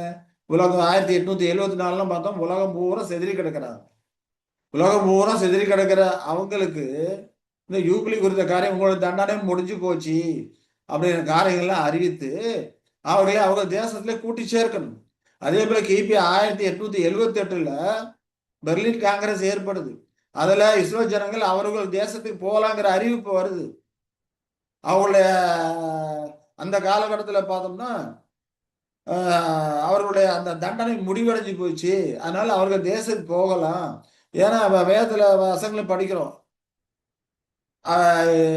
இஸ்ரேலோடு பட்சமாய் பேசு, எருசலேமோடு பட்சமாய் பேசுறீங்கள், அதன் போர் முடிஞ்சிருச்சு, அதன் அக்கிரமம் நிவர்த்தி ஆயிடுச்சு, அக்கிரமத்துக்கான அந்த தண்டனை எல்லாம் நிவர்த்தி ஆயிடுச்சு என்று அதோடு பட்சமாய் பேசுறீங்கள் அப்படின்னு தீர்க்கத்தை சொல்றதெல்லாம் பார்க்கிறோம். இந்த மாதிரி இந்த காலகட்டத்தில் பட்சமாய் பேசி அவரோட தண்டனை முடிஞ்சிருச்சு, அவங்க தேசத்துக்கு போகலாம் அப்படிங்கிற காரியம்லாம் பாஸ்டர் ரசல் அவர்கள் இந்த காலகட்டத்தில் ஒரு மீட்டிங்ல பேசியிருக்கிறார். 4000 யூதர்களுக்கு மத்தியில் அவர் பேசியிருக்கிறார். அப்ப இதெல்லாம் என்னது? நிறைவேறி இருக்கு. 1800 வேதாகம கால கணக்கு பிரகாரம் 1874 யூபிலி ஆரம்பிச்சிருச்சு. அந்த முதல்ல அது அப்ப அதே போல இஸ்ரேல் ஜனங்கள் என்ன பண்றாங்க? தங்கள் தேசத்துக்கு திரும்ப போயிருக்கிறாங்க. இன்னைக்கு அவங்க தேசத்துல ஒரு ராஜ்யமா அவங்க நாட்டப்பட்டு இருக்கிறாங்க, செழிப்பா இருக்கிறாங்க இல்லைங்களா? இதெல்லாம் என்னது? வேதாகம கண்ணோட்டமா இருக்குது. ஆனா நம்முடைய கிறிஸ்தவ கண்ணோட்டம் அது வேறு விதமா இருக்கிறது. அதே போல பேதுரு சொல்றார் 2 பேர் 3:8 பிரியமானவர்களே, கர்த்தருக்கு ஒரு நாள் 1000 வருஷம் போலும் 1000 வருஷம் ஒரு நாளும் இருக்கிறது இந்த காரியத்தை அறியாதிருக்க வேண்டாம். அப்ப அறியாதிருக்க வேண்டாம் அப்படிங்கிறாரு. இந்த காரியத்தை தான் மற்ற வேத பகுதியில் கிறிஸ்துவின் நாள் என்று அழைக்கப்படுகிறது அப்படிங்கிற காரியங்களை கொடுத்தெல்லாம் நம்ம படிச்சிருக்கோம் இல்லைங்களா? சரி. அதே போல பிலிப்பியர் 1:5 சொல்ற படிக்கும்போது என்ன சொல்றான்னா, உங்களில் நற்கிரியை தொடங்கினவர் அதை யெசுவா கிறிஸ்துவனுடைய நாள் பரியந்தம் முடிய நடத்தி வருவார் என்று நம்பி அப்படிங்கிறாரு. நற்கிரியை சுவிசேஷத்தை தொடங்கிட்டாரு, எது வரைக்கும் அது போயிட்டே இருக்கும் அப்படிங்கிறாரு. யெசுவாசனுடைய நாள் பரியந்தம் அந்த மில்லியன் யுக பரியந்தம் போயிட்டே இருக்கும் அப்படின்னு சொல்லி அங்க சொல்றதை நம்ம பார்க்கிறோம். அது மட்டும் இல்லாம எசாயா 13:9 சொல்ற, இதோ தேசத்தை பாழாக்கி அதன் பாவிகளை அதிலிருந்து அழிப்பதற்காக கர்த்தருடைய நாள் கடூரமும் மூர்க்கமும் உக்கிரகோமாய் வருகிறது. கர்த்தருடைய நாள் 1000 வருஷம் எப்படி வருதுன்னு சொல்றாரு? கடூரமும் மூர்க்கமும் உக்கிரகோமாய் வருகிறது அப்படிங்கிறாரு. 1000 வருஷம் முழுக்க இங்க இருக்குன்னு நம்ம இதை எடுக்கக்கூடாது. ஏன்னா இங்க என்ன சொல்றாரு பிலிப்பியர்ல? நற்கிரியை தொடங்கினவர் யெசுவாவுடைய நாள் பரியந்தம் நடத்தி வருவார். அப்ப 2 முரணால தோணுது. இங்க கடூரமும் கர்த்தருடைய நாள் கடூரமும் மூர்க்கமும் உக்கிரகோமா இருக்குன்னு சொல்லி தெற்கு தெரிஞ்சு சொல்றாரு. இங்க அபூல பசம் சொல்லும் போது நற்கிரியை தொடங்குற நற்கிரியை யெசுவா நாள் மட்டும் தொடர்ந்து நடக்கும் அப்படிங்கிறாரு. அப்ப இதுல என்ன புரியுது? கர்த்தருடைய நாளுங்கிற 1000 வருடம் முழுக்க கடூரமும் மூர்க்கும் உக்கிரமா இருக்காது. ஒரு குறிப்பிட்ட நாள் அது இருக்கும். அது மகா உபத்திரவத்தின் காலமா இருக்கிறது. அறிக்கையை தொடங்கினவர் அதை கடைசி வரைக்கும் அந்த அறிக்கையை தொடர்ந்து போயிட்டே இருக்கும் அப்படிங்கிறத அங்க சொல்றதை பார்க்கிறோம். அப்ப கர்த்தரோட நாள் அப்படிங்கிற போது யாவேயின் நாளாவும் இருக்குது. பாபிலோட அழிவை நிறைவேற்றக்கூடிய ஒரு நாள், அந்த மகா உபத்திரவ காலம் அப்படிங்கிறப்போ பாபிலோட அழிவை நிறைவேற்றக்கூடிய ஒரு நாளாக இருக்கிறது. அது மட்டும் இல்லாம நியாய தீர்ப்பின் காலமாக இருக்குது. கர்த்தருடைய நாள் நியாய தீர்ப்பின் காலம் இல்லைங்களா? 1000 வருடங்கள் இருப்பா, 1000 வருடங்கள் நியாய தீர்ப்பார் சொல்லப்பட்டிருக்கு. இந்த நியாய தீர்ப்புக்கு ரெண்டு விதமா இருக்கு. 1000 மில்லியன் யுவதி நடக்கிற நியாய தீர்ப்பு ரெண்டு விதமா இருக்கு. அநேக ரெண்டுக்கும் உள்ள வித்தியாசத்தை புரிந்து கொள்றது இல்லை. உபத்திரவ காலம் நியாய தீர்ப்பின் காலம் தான். ஏற்கனவே அந்த உபத்திரவ காலங்கிறது நிறைய அம்சங்களை கொண்டதா இருக்கிறது. சாத்தானோட அமைப்புகள், சாத்தானோட ஆளுகை எல்லாமே இல்லாம பண்ணக்கூடிய ஒரு காரியம். அதே போல அது சாத்தானோட அமைப்புகள் எந்த விதமா இருக்குது? பெயரளவான கிறிஸ்தவர்கள் இருக்கிறாங்க. மகா பாபிலோன் அதை இல்லாம பண்ணக்கூடிய, அழிவுக்கு கொண்டு போடக்கூடிய ஒரு காரியமா இருக்குது. மகா பாபிலோனுக்கு தீர்ப்பை செலுத்தக்கூடிய ஒரு காரியம். அவள் செய்கைக்கு தக்க பலனை அவளுக்கு கொடுங்கன்னு சொல்லப்பட்டிருக்கு இல்லையா வேதவசனங்கள்ல? அதே போல அந்த மகா பாபிலோனுக்கு, அதாவது பெயரளவான சபைகளுக்கு அவைகளின் செய்கைகளுக்கு தக்க பலனாக தீர்ப்பை கொடுக்கிற காலம், அழிவுக்கு உத்தரமாக்கக்கூடிய அந்த காலம் தான் இந்த மகா உபத்திரவ காலமா இருக்குது. அது மட்டும் இல்லாம புரஜாதியாருக்கும் சுவிசேஷ செய்தி போயிருக்கு. எல்லாருமே அதை ஏற்றுக்கொள்ளல. அப்ப அவர்களுடைய கிரியைக்கு தக்க பலனையும் புரஜாதியார் கொடுக்கக்கூடிய ஒரு காலமாக இந்த மகா உபத்திரவ காலம் இருக்குது அப்படின்னு சொல்லி பார்ப்போம்.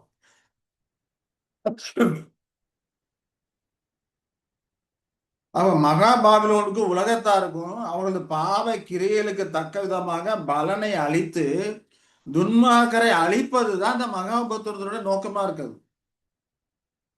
சாத்தானுடைய அந்த ஆளுகை இல்லையா, பொய்யான தப்பறையான காரியங்கள், இது எல்லாமே இல்லாம பண்ணணும். முற்றிலுமாக இல்லாம பண்றதுக்கு தான் இந்த மகா உபத்திரவம் வரக்கூடியதா இருக்கிறது. ஆனா அதற்கு இதையும் வேதாந்தத்துல நியாய தீர்ப்பினால் அப்படிலாம் சொல்லப்படும். அதனால நியாய தீர்ப்பின் நாள்னு பெசிலியா காலத்துக்கு அப்புறம் வரக்கூடிய நியாய தீர்ப்பின் நாளையும் இதையும் கம்பேர் பண்ணி குழப்பிக்குவாங்க அநேகர். ஆனா இது அவர் செய்யத்தக்க பலனை கொடுக்கக்கூடிய நியாய தீர்ப்பு. ஆனா பெசிலியா காலத்து அதுக்கு பின் இந்த உபத்திரவ காலம் முடிஞ்சதுக்கு அப்புறம் பெசிலியா காலத்துல வரக்கூடிய அந்த நியாய தீர்ப்புங்கிறது ஜனங்களிடத்துல இருக்கக்கூடிய மூட நம்பிக்கை, அறியாமை அப்படிங்கிற அந்த மூடு பணியெல்லாம் அகற்றி போடணும். நீதியை படிப்பிக்கணும். பாவத்தை வெறுக்கும், நீதியை நேசிக்க அவர்கள் பயிற்சி செய்யும். அதுக்கு வரக்கூடிய நியாய தீர்ப்பு அது. அந்த நியாய தீர்ப்பு 4 பதிவுகள். அந்த நியாய தீர்ப்பு பார்த்தோம்னா போதித்தல், சோதித்தல், சிக்ஷித்தல், தீர்ப்பளித்தல் அப்படி இருக்குது. அந்த நியாய தீர்ப்பு போதிக்கிற காரியங்களா இருக்கு. நம்முடைய நியாய தீர்ப்புகள் பூமியில் நடக்கும்போது பூச்சக்கரத்து குதிகள் நீதியை கற்றுக்கொள்வார்கள். நீதியை கற்றுக் கொடுக்கக்கூடிய காலம் அந்த நியாய தீர்ப்பின் காலம். அதனால ஆனா மகாபத்ரவ காலம் இருக்கிற இந்த நியாய தீர்ப்பின் காலம், அந்த நியாய தீர்ப்பு அப்படிங்கிறது அவர்களுக்கு செய்கைக்கு தக்க பலனாக இருந்து துன்மார்க்கமான காரியங்கள், பாவம், தப்பறை, இந்த காரியங்களை எல்லாம் உலகத்திலிருந்து இல்லாம பண்ணக்கூடிய ஒரு காரியமாக அந்த தீர்ப்பு அளிக்கக்கூடிய ஒரு காரியமா இது இருக்கிறது.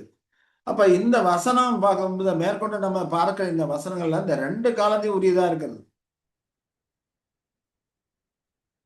நற்கிரியை தொடங்கல யெசாயா 4 பரியந்தம் நடத்தி வருவார் அப்படின்னா நீதியை கற்றுக் கொடுக்கக்கூடிய ஒரு காரியம் இருக்கக்கூடியதா இருக்கு இல்லையா? இந்த காரியங்கள் இப்போ பரிசுத்தவான்களுக்கு நியாய தீர்ப்பு எப்ப ஆரம்பிச்சது? சுவிசேஷத்துல ஆரம்பிச்சிருக்கு. ஏன்னா நியாய தீர்ப்பு முன்பு தேவனுடைய வீட்டிலே துவங்கும் காலமாக இருக்கிறது என்று பேதுரு சொல்றதை நம்ம படிச்சிருக்கிறோம். அப்ப அவர்களுக்கான நியாய தீர்ப்பு சுவிசேஷத்துல நடக்குது. போதித்தல், சோதித்தல், சிக்ஷித்தல், தீர்ப்பளித்தல் அப்படிங்கிறதெல்லாம் சுவிசேஷத்துல அவர்களுக்கு நடக்குது. ஆனா உலக மக்களுக்கு மில்லியன் யுகத்திலே பெசிலியாவிலே ஆரம்பிக்கக்கூடியதா இருக்கு. அதனால்தான் உங்களில் நற்கிரியை தொடங்கினவர் யெசாயா 4 பரியந்தம் முறையை நடத்தி வருவார்னு சொல்லி படிக்கிறோம். அந்த சுவிசேஷத்துல துன்மார்க்கரை அழிக்கக்கூடிய அந்த நியாய தீர்ப்பு காரியம் அப்படிங்கிறப்போ மகா உபத்திரவ காலமா இருக்குது அப்படிங்கிறத இங்க தெளிவாக நமக்கு தெரியப்படுத்துறாரு அப்படிங்கிறத நம்ம படிக்கிறோம் இல்லைங்களா? அப்போ இங்க சொல்றாரு கடூரமும் மூர்க்கமும் உக்கிர கோபமா வருகிறது என்று சொல்லும் போது அது அந்த மகா உபத்திரவம் அப்படிங்கிறப்ப மிகவும் பயங்கரமான கடுமையான ஒரு அச்சமூட்டக்கூடிய காலங்கள் வரும். ஏன்னா யெசாயா சொல்லும்போது இது வரைக்கும் தோன்றினதும் இல்லை, இனிமேல் தோன்ற போதும் இல்லை, அப்படிப்பட்ட பயங்கரமான உபத்திரவம் சொல்லி யெஷுவா சொல்லி இருக்கிறார். இதுவரைக்கும் அப்படிப்பட்ட உபத்திரம் வந்ததும் கிடையாது, இதுக்கப்புறம் வரப்போவதும் கிடையாது. அப்பேற்பட்ட மிகுந்த உபத்திரவம் அந்த காலத்துல உண்டாயிருக்குன்னு சொல்றாரு. அதனாலதான் இங்க தீர்க்கதரிசி எசாயா தீர்க்கதரிசி சொல்லும்போது கடூரமும் மூர்க்கும் உக்கிர கோபமே வருதுன்னு சொல்றாரு. இப்போ உக்கிர கோபம் அப்படிங்கிறப்ப தேவனுடைய கோபம் மனிதனுடைய எல்லா அவபக்திக்கும் அநீதிக்கும் எதிராக வானத்திலிருந்து வெளிப்படுகிறது என்று அங்க சொல்லப்பட்டிருக்கு இல்லையா? ரோமர் 1:18 படிக்கிறோம். சத்தியத்தை அநியாயத்தினாலே அடக்கி வைக்கிற மனுஷனுடைய எல்லாவித அவபக்திக்கும் அநியாயத்துக்கும் விரோதமாய் தேவ கோபம் வானத்திலிருந்து வெளிப்படுத்தப்பட்டிருக்கிறது. இந்த வெளிப்படுத்தப்படக்கூடிய இந்த தேவ கோபம் வெளிப்படுத்தப்படக்கூடிய காரியம் தான் அந்த மகா உபத்திரவத்தின் காலமாக அது இருக்கிறது. அது மில்லியன் யுகத்துல ஒரு குறிப்பிட்ட காலங்களில் உடையதா இருக்கு. அதாவது பரவசியாக்கு அப்புறம் 1914 அந்த மகா உபத்திரவ காலம் ஆரம்பிச்சிருக்கிறது. அந்த மகா உபத்திரவ காலம் வந்து எபிபெரி காலமா இருக்கு. அதிகமா சத்திய பிரகாசம் பிரகாசிக்கிற காலமாவும் இருக்குது, அறிவு பெருகி இருக்கிற காலமா இருக்குது. அறிவு பெருக்கம் அதிகமாக உபத்திரமும் துன்பமும் அதிகமாயிட்டே போகும். அதன் மூலமாக அந்த அழிவு ஏற்படக்கூடியதா இருக்கிறது. அப்ப இந்த கோபம் தனிநபர்கள் மீதும் வரும். அநீதி, பொய்யான காரியங்கள், அடக்குமுறை, தேவ சித்தத்துக்கு எதிரான அமைப்புகள், அப்படிப்பட்டவர்கள் மீது வரக்கூடிய தெய்வீக நியாய தீர்ப்பு அதை குறிக்கக்கூடியதா இருக்கு. அதனால தான் படிக்கிறோம். நியாய தீர்ப்பு 2 பகுதிகளா இருக்குது. இன்னும் துன்மார்க்கரையெல்லாம் அழிக்கக்கூடிய பகுதி, இன்னொன்னு நீதி நியாயங்களை கற்றுக்கொள்ளக்கூடிய பகுதி. அப்படி 2 விதமாக மில்லியன் யுகத்திலே அந்த நியாய தீர்ப்பு அப்படிங்கிறது இருக்கக்கூடியதா இருக்கிறது. அப்ப இதை சுருக்கமா நம்ம பார்த்தோம்னா, கர்த்தருடைய நாள் அப்படிங்கிறது தேவனுடைய நியாய தீர்ப்பின் காலத்தை சுட்டி காட்டுகிறது. முதல் பகுதி உலகளாகி உபத்திரவ நாளை குறிக்கக்கூடியதா இருக்கிறது. அந்த பழைய அநீதியான அமைப்புகள் அதெல்லாம் வீழ்ச்சி அடையக்கூடிய காரியமா இருக்கு. அதுக்கப்புறம் பார்த்தோம்னா 2வது வரக்கூடிய பெசிலியால இருந்து வரக்கூடிய அந்த பகுதி சத்தியம், நீதி மற்றும் ஆசீர்வாதங்கள் நிறைந்த புதிய காலமாக அது இருக்கும் அப்படின்னு சொல்லி பார்க்கிறோம். அப்ப இதை 1000 வருடங்கள் முழுக்க கர்த்தருடைய கோபம் இருக்கும் அப்படின்னு என்ன பண்ண முடியாது, கருத்தில் கொள்ளக்கூடாது. 1000 வருடங்கள் சாத்தான் கட்டப்பட்டிருப்பான்னா 1000 வருடங்கள் முழுக்கவே சாத்தான் கட்டப்பட்டிருப்பான் என்று கருத்தில் கொள்ளக்கூடாது. இப்ப கர்த்தரோட நாள் கோபமான நாள் அப்படின்னா 1000 வருடங்கள் முழுக்கவே கோபமாவே இருப்பாரு அப்படின்னு சொல்லி நாம கணக்கில் கொள்ளக்கூடாது. அதெல்லாம் ஒரு குறிப்பிட்ட பகுதி அந்த கோபமான காலமாக மகாபுத்திர காலமாக அது இருக்குது அப்படிங்கிறத நாம இந்த காரியத்திலிருந்து புரிந்து கொள்ள வேண்டும். சரி, அதே போல எசேக்கியேல் 30:3 சொல்றார், நாள் சமீபமா இருக்கிறது. ஆம், கர்த்தருடைய நாள் சமீபமா இருக்கிறது, அது மந்தாரமான நாள், அது பிரஜாதிகளுக்கு வரும் காலம் அப்படின்னு சொல்லி பார்க்கிறோம். அப்ப 1000 வருடம் முழுக்கவே மந்தாரமா இருக்கும்னு நம்ம இருக்கக்கூடாது. அந்த நாளை நிமித்தம் ஐயோ அப்படிங்கிறார். கர்த்தருடைய நாள் சமீபமா இருக்கிறது, அது சங்காரம் போல சர்வ பலியிடத்திலிருந்து வருகிறது அப்படிங்கிறாரு. அதே போல ஆமோஸ் 5:18 படிக்கும்போது கர்த்தருடைய நாளை விரும்புகிறவர்களுக்கு ஐயோ அப்படிங்கிறார். அதனால் உங்களுக்கு என்ன உண்டு, கர்த்தருடைய நாள் வெளிச்சமாயிராமல் அந்தகாரமா இருக்கும். அப்ப கர்த்தருடைய நாள் சொல்லும்போது 1000 வருடம் முழுக்கவே அந்தகாரமா இருக்கும் என்று நம்ம இதை கருத்திலே கொள்ளக்கூடாது. ஒரு குறிப்பிட்ட பகுதி அப்படி இருக்கும் அப்படிங்கிறத நாம புரிந்து கொள்கிறோம். இப்போ உங்களுக்கு ஐயோ அப்படின்னு சொல்லி போட்டிருக்கிறதுனால, ஆனா ஆக்சுவலா அந்த வார்த்தை அங்க வரக்கூடாது. ஏன்னா அங்க பார்க்கும்போது ஓ யூ ஆங்கிலத்துல ஹோ யூ அப்படின்னு தான் போட்டிருக்கு. அது ஐயோன்னு இங்க மொழிபெயர்த்து போட்டிருக்கிறாங்க. ஓ நீங்கள் அப்படிங்கிற மாதிரியான அர்த்தம் தான் வரும். நாளை விரும்புகிற நீங்கள் அப்படிங்கிற மாதிரி தான் அந்த காரியம் வரக்கூடியதா இருக்குது. இது பரிசுத்தவான்களை தவிர மற்ற குடும்ப அங்கத்தின் பெரும்பாலான மக்களை குறிக்கக்கூடியதாக அது இருக்கக்கூடியதா இருக்கு. கர்த்தரை நாளை விரும்புகிற நீங்கள் என்று அங்கே வரக்கூடியதா இருக்கும். அப்ப கர்த்தருடைய நாள் அப்படிங்கிறப்ப 1000 ஆண்டு யுகத்தை குறிக்கக்கூடியதா இருக்குது. பொதுவாக அந்த நாளின் ஆரம்ப பகுதியில தான் இதை சுட்டி காட்டப்படக்கூடியதா இருக்குதுன்னு பார்க்கிறோம். ஏன்னா இருளும் வெளிச்சமும் இல்லை அப்படிங்கிறப்போ சுவிசேஷ யுகமும் 1000 ஆண்டு யுகம் ஒன்றோடு ஒன்று ஓவர்லேப் பண்ணக்கூடிய அந்த காலகட்டத்துல இருளும் இல்லாம எரிச்சலும் இல்லாம இருக்கக்கூடிய காரியத்தை நம்ம பார்க்கோம். ஏன்னா அது சுவிசேஷ யுகம் எப்போ முடியுது, 1914 முடியுது. ஆனா மில்லியன் யுகம் எப்போ ஆரம்பிக்குது, 1874 ஆரம்பிக்குது. அங்க ஒரு ஓவர்லேப்பிங் வரக்கூடியதாக இருக்கிறது. ஆக கர்த்தருடைய பிள்ளைகளுக்கு வெளிச்சமா இருக்கும் அந்த காலகட்டத்துல. ஆனா மற்றவர்களுக்கு அந்த வெளிச்சம் இல்லாதபடி ஒரு அந்தகாரமா இருக்கும்னு சொல்லி பார்க்கிறோம். இப்போ இஸ்ரவேல் ஜனங்களை வழிநடத்தி கொண்டு போகும்போது கூட ஒரு பக்கம் இஸ்ரேல் ஜனங்களுக்கு வெளிச்சமா இருந்தது, ஆனால் அவர்கள் பின்தொடர்ந்த எகிப்தியருக்கு இருளா இருந்தது அப்படின்னு சொல்லி எல்லாம் நம்ம படிக்கிறோம். அது போலதான் இது ஒரு குறிப்பிட்ட காலங்கள் அது அந்தகாரமா இருக்கும், அது இருள் நாளாக இருக்கும் அப்படின்னு சொல்லி படிக்கிறோம் இல்லையா? அப்ப இந்த வசனங்கள் இருந்து நம்ம என்ன புரிந்து கொள்கிறோம்? கர்த்தரோட நாள் அப்படிங்கிறது தேவனுடைய ராஜ்யம் நிறுவப்படுவதற்கு முன்பு வரக்கூடிய அந்த கால மாற்றம் இல்லையா? காலம் ஆரம்பத்துல அந்த கால மாற்றம் இருக்கக்கூடியதா இருக்கும். ஆகையினால இந்த காரிய ஆரம்பத்தில் இருக்கக்கூடிய அந்த கால மாற்றங்கள் எல்லாம் 1000 வருடம் முழுக்கவே இருக்கும் என்று நம்ம என்ன பண்ணக்கூடாது, கருத்தில் கொள்ளக்கூடாது. அப்ப அந்த காலம் தற்போதைய உலக ஒழுங்கிற்கு இருளும் கலக்கமும் நிறைந்ததாக தோன்றும். ஆனா நீதி மாசுவாதம் நிறைந்த புதிய யுகத்தினுடைய ஒரு விடியலாக இருக்கும் அப்படிங்கிறது தான் வேதாகமும் நமக்கு மில்லினிய குறித்து சொல்லக்கூடிய வியூகம் இல்லையா? வேதாகம கண்ணோட்டம். இப்ப நம்ம எதுக்கு படிக்கிறோம்? கிறிஸ்துவோட கண்ணோட்டம் எப்படி இருந்தது, இப்ப வேதாகம கண்ணோட்டம் எப்படி இருக்குது அப்படிங்கிற காரியத்துக்காக தான் இப்ப நாம பார்க்கிறோம் இல்லையா? அதே போலதான் ஆமோஸ் சொல்லும்போது கர்த்தரின் நாள் வெளிச்சமா இருக்காது, இருளும் அந்த பிரகாசமற்ற அந்தகமா இருக்கும் அப்படிங்கிறாரு. இரவிலே திருடன் வருகிறதுமாய் கர்த்தரின் நாள் இருக்குன்னு சொல்றாரு. வானங்கள் மடம் கொண்டு அகன்று போகும் அப்படின்னு சொல்றாரு. ஆகனா எல்லாமே 1000 வருடங்கள் முழுக்க அது இருக்கும் என்று நாம கருத்துல கொள்ளக்கூடாது.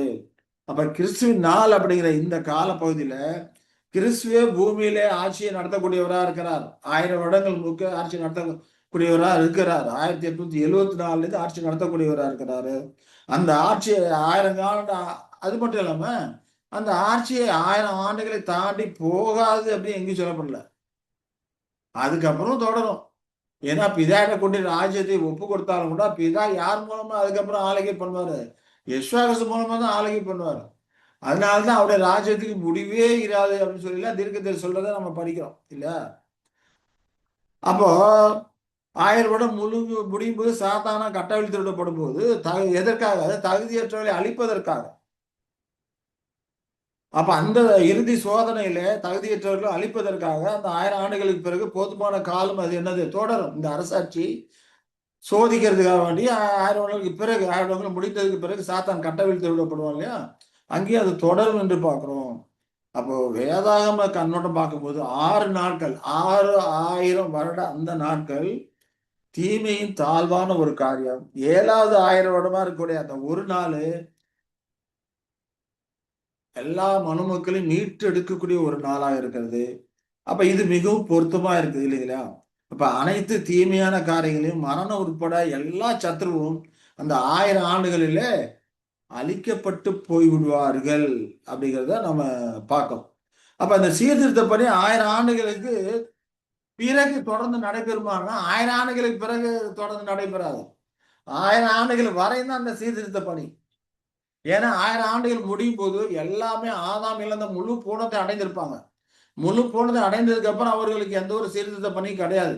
அதுக்கப்புறம் அவர்களுக்கு சோதனை தான், பரீட்சை தான். ஏன்னா தாங்கள் நித்தியஜீவனுக்கு தகுதியானவர்களா தகுதியற்றவர்களா என்று நிரூபித்து காட்டணும்.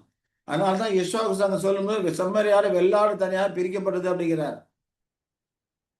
அப்ப வெள்ளாட்டு வகுப்பார் சுயநலம் உள்ளவர்களா இருக்கிறாங்க, செம்மறியாடு வகுப்பார் சுயநலம் உள்ளவர்களா இல்லாதபடிக்கு தியாக அன்பை வளர்த்தவர்களா இருக்கிறாங்க. அந்த காரியங்களை எல்லாம் நம்ம ஏற்கனவே படிச்சிருக்கோம் இல்லைங்களா? அப்ப வேதாகம கண்ணோட்டம் அப்படின்னு சொல்லி பார்க்கும்போது கிறிஸ்துவ ராஜ்யத்தை குறித்து வேதாகம கண்ணோட்டம் என்னது? வெளிப்படுத்தாம 11:15 7ஆம் தூதன் எக்காலம் ஊதினான். அப்பொழுது உலகத்தின் ராஜ்யங்கள் நம்முடைய கர்த்தருக்கும் அவருடைய கிறிஸ்துக்கும் உரிய ராஜ்யங்கள் ஆயின. அவர் சதா காலங்களும் ராஜ்யபாரம் பண்ணுவார் என்னும் கம்பீர சத்தங்கள் வானத்தில் உண்டாயின. இப்ப 7வது எக்கால சத்தமாகி அந்த 1874 கிறிஸ்துவின் ஆளுகை ஆரம்பித்து விட்டது என்பதுதான் வேதாகம கண்ணோட்டமா இருக்கிறது. ஏன்னா அப்ப சொன்ன பவுல் தேவ எக்காலம்னு சொல்றாரு. ஏனெனில் கர்த்தர் தாமே ஆரவாரத்தோடும் பிரதான தூதருடைய சத்தத்தோடும் தேவ எக்காலத்தோடும் வானத்திலிருந்து இறங்கி வருவார். அப்ப கிறிஸ்துக்குள் மரித்தவர்கள் முதலாவது எழுந்திருப்பார்கள் என்று சொல்லுவதை பார்க்கிறோம். முதலாம் உயிர்த்தெழுதல முதற் பலனாலும் ஆண்டவர் யெஷுவா கிறிஸ்து. அதற்கு அப்புறம் கிபி 1874 மரித்த நிலையில இருந்த பரிசுத்தவான்கள் உயிரோட வர்றாங்க.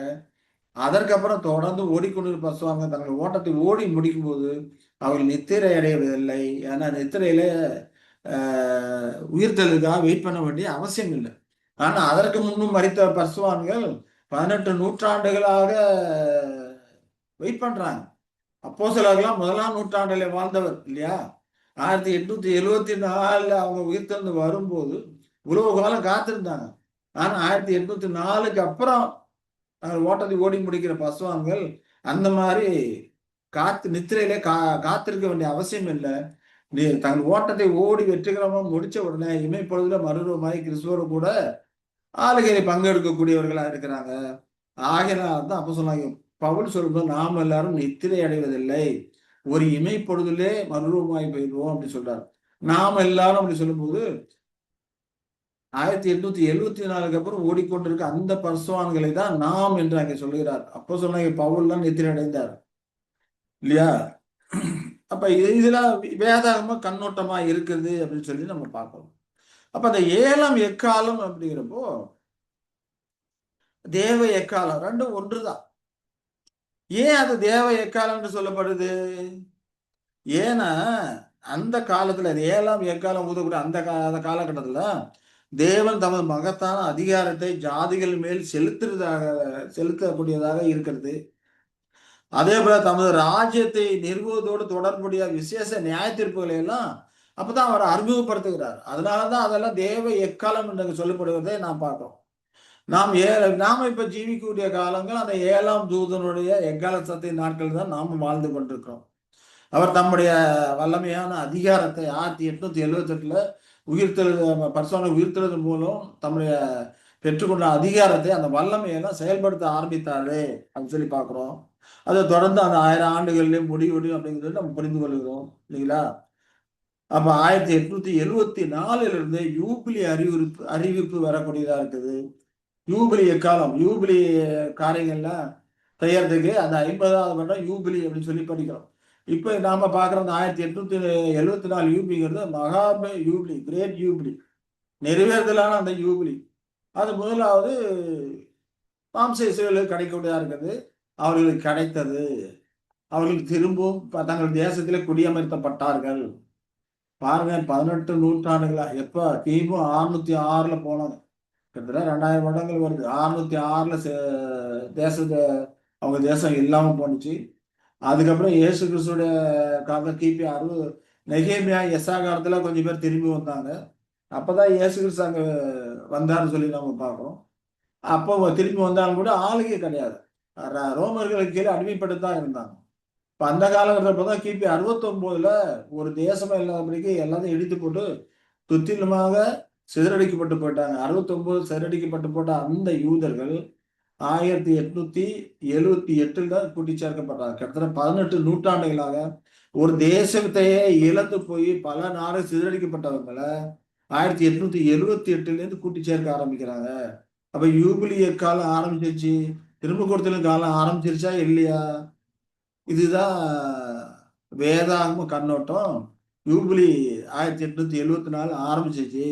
அதனாலதான் அவர்களெல்லாம் திரும்ப கூட்டி சேர்த்திருக்கிறாரு அப்படிங்கிற காரியங்கள் எல்லாம் நம்ம புரிஞ்சுக்கணும். இதெல்லாம் அந்த எக்காலம் அதற்கு நடைபெற இருக்கக்கூடிய நிகழ்வுகளை காட்டுறது போல கிறிஸ்துவின் மில்லினியல் ஆட்சி முழு காலத்தையும் உள்ளடக்கக்கூடியதா இருக்கிறது. அப்ப அந்த காலத்துல ஒரு குறிப்பிட்ட பகுதி அவரோட கோபத்தின் மாபெரும் நாளா இருக்குது. அப்ப இந்த உலகத்தின் வரக்கூடிய நியாய தீர்ப்பை செலுத்தக்கூடிய, உலகத்துக்கு நியாய தீர்ப்பை செலுத்தக்கூடிய ஒரு நாளா இருக்கிறது. அது மகா உபத்திரவ காலம். அவருடைய கோபத்தோடைய 7 கலசங்கள் ஊற்றப்படக்கூடிய காரியங்கள் எல்லாம் அல்ல உள்ளடக்கி இருக்கக்கூடிய அந்த காலத்தை உடையதா அது இருக்குது. கர்த்தருடைய சன்னிதானம் ஆட்சியும் இருக்கும் காலமா இருக்கிறது. கல்லறையில இருந்து உயிருடன் இருப்பவர்களும் சபையை கூட்டி சேர்க்கக்கூடிய ஒரு காலமாக அந்த காலம் இருக்கிறது. அப்ப சாத்தான் நிறுவி இருக்கிற அந்த அதிகாரங்களை எல்லாம் வீழ்த்தி புதிய அதிகாரத்தை நிறுவுவதற்கான ஒரு காலமா இருக்கிறது. இப்ப இந்த நிகழ்வுகள் எல்லாமே ஒன்றன் பின் ஒன்றா நடைபெறும் என்று நாம் நினைக்க கூடாது. ஒரே வரிசையில தான் வரும் அப்படின்னு சொல்லி நம்ம நினைக்கிறோம். ஏன்னா அப்படிதான் அநேக கிறிஸ்தவர்கள் கண்ணோட்டம் அப்படிதான் இருக்கு. பரிசுத்தவான்கள் எல்லாமும் உயிரோடு வந்ததுக்கு அப்புறம் தான் ஆளுகை ஆரம்பிக்கணும் அப்படிங்கிற மாதிரிதான் இருக்கு. அப்படி கிடையாது. ஒரே நேரத்துல பல விஷயங்கள் நடைபெறக்கூடியதா இருக்குது. பல பணிகள் ஒரே நேரத்திலே முன்னேற்றம் அடைந்து போய்கொண்டு போயிருக்கக்கூடியதா இருக்கிறது. அப்ப கர்த்தர் சித்தமானால் என்னென்ன வேலைகள்லாம் அது முன்னேற்றம் அடைந்து போய்க்கொண்டே இருக்கிறது, எந்த வேலையெல்லாம் முடிஞ்சிருக்கு, எந்த வேலைகள் நடந்திருக்குது, இனி வரக்கூடிய காலங்களில் எந்த வேலையெல்லாம் நடக்க வேண்டி இருக்குது, இப்படிப்பட்ட காரியங்களை எல்லாம் கர்த்தர் சித்தமானால் இந்த சுருக்கும் கண்ணிங்கிற பாடம்லாம் முடிஞ்சதுக்கு அப்புறம் அந்த காரியங்களை குறித்து நாம பார்க்கலாம். அப்போ இந்த காரியங்கள்லாம் ஒரே நேரத்தில் நடக்கக்கூடியதா இருக்குது. இப்போ உதாரணத்துக்கு பார்த்தோம்னா,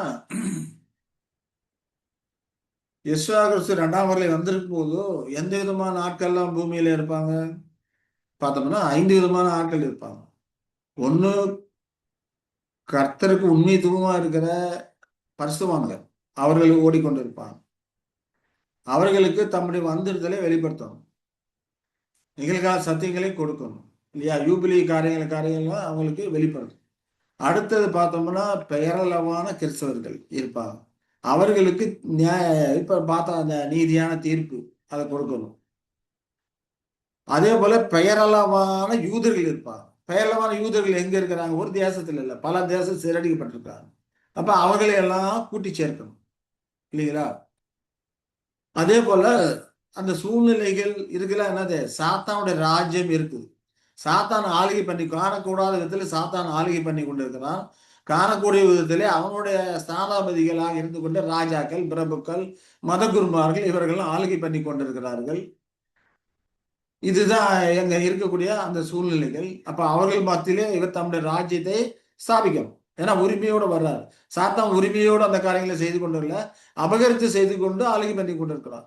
ஆனா இவர் தேவனத்திலிருந்து உரிமையை, அந்த ஆளுகையை, வல்லமையெல்லாம் பெற்றுக்கொண்டு வருகிறார். அதே போல உலக மக்கள் இருக்கிறாங்க. இப்படி 5 விதமான ஆட்கள் பூமியில இருந்து கொண்டு இருக்கிறாங்க. இவர்கள் மத்தியிலே தம்முடைய ராஜ்யத்தை ஸ்தாபிக்கணும். ஒண்ணு ஒண்ணா முடிச்சிட்டு இல்லை, எல்லாத்தையும் ராஜ்யத்துல ஸ்தாபிக்கிறதுக்கு அவர் பயன்படுத்தக்கூடிய ஆயுதம் என்னன்னு பார்த்தோம்னா சத்தியம் தான். எல்லாத்துக்குமே சத்தியம் தான். தம்முடையவர்களுக்கு அவர்களுக்கு வெளிச்சத்தை கொடுக்கிற சத்தியமா இருக்குது. அதே போல இந்த சத்தியம் அதிகமாகும் போது தப்பறையான காரியங்களை வெளிச்சத்துக்கு வருது, தீமையான காரியங்களை வெளிச்சத்துக்கு, சத்தியம் வெளிப்படும் போது தீமையான காரியங்கள், தப்பறையான காரியங்கள், மூடத்தனமான காரியங்கள் இது எல்லாமே வெளிச்சத்துக்கு வருது. சத்தியம் தான் தப்பறையை வெட்டுது, சத்தியம் தான் பாபிலோனை இல்லாம பண்ணுது.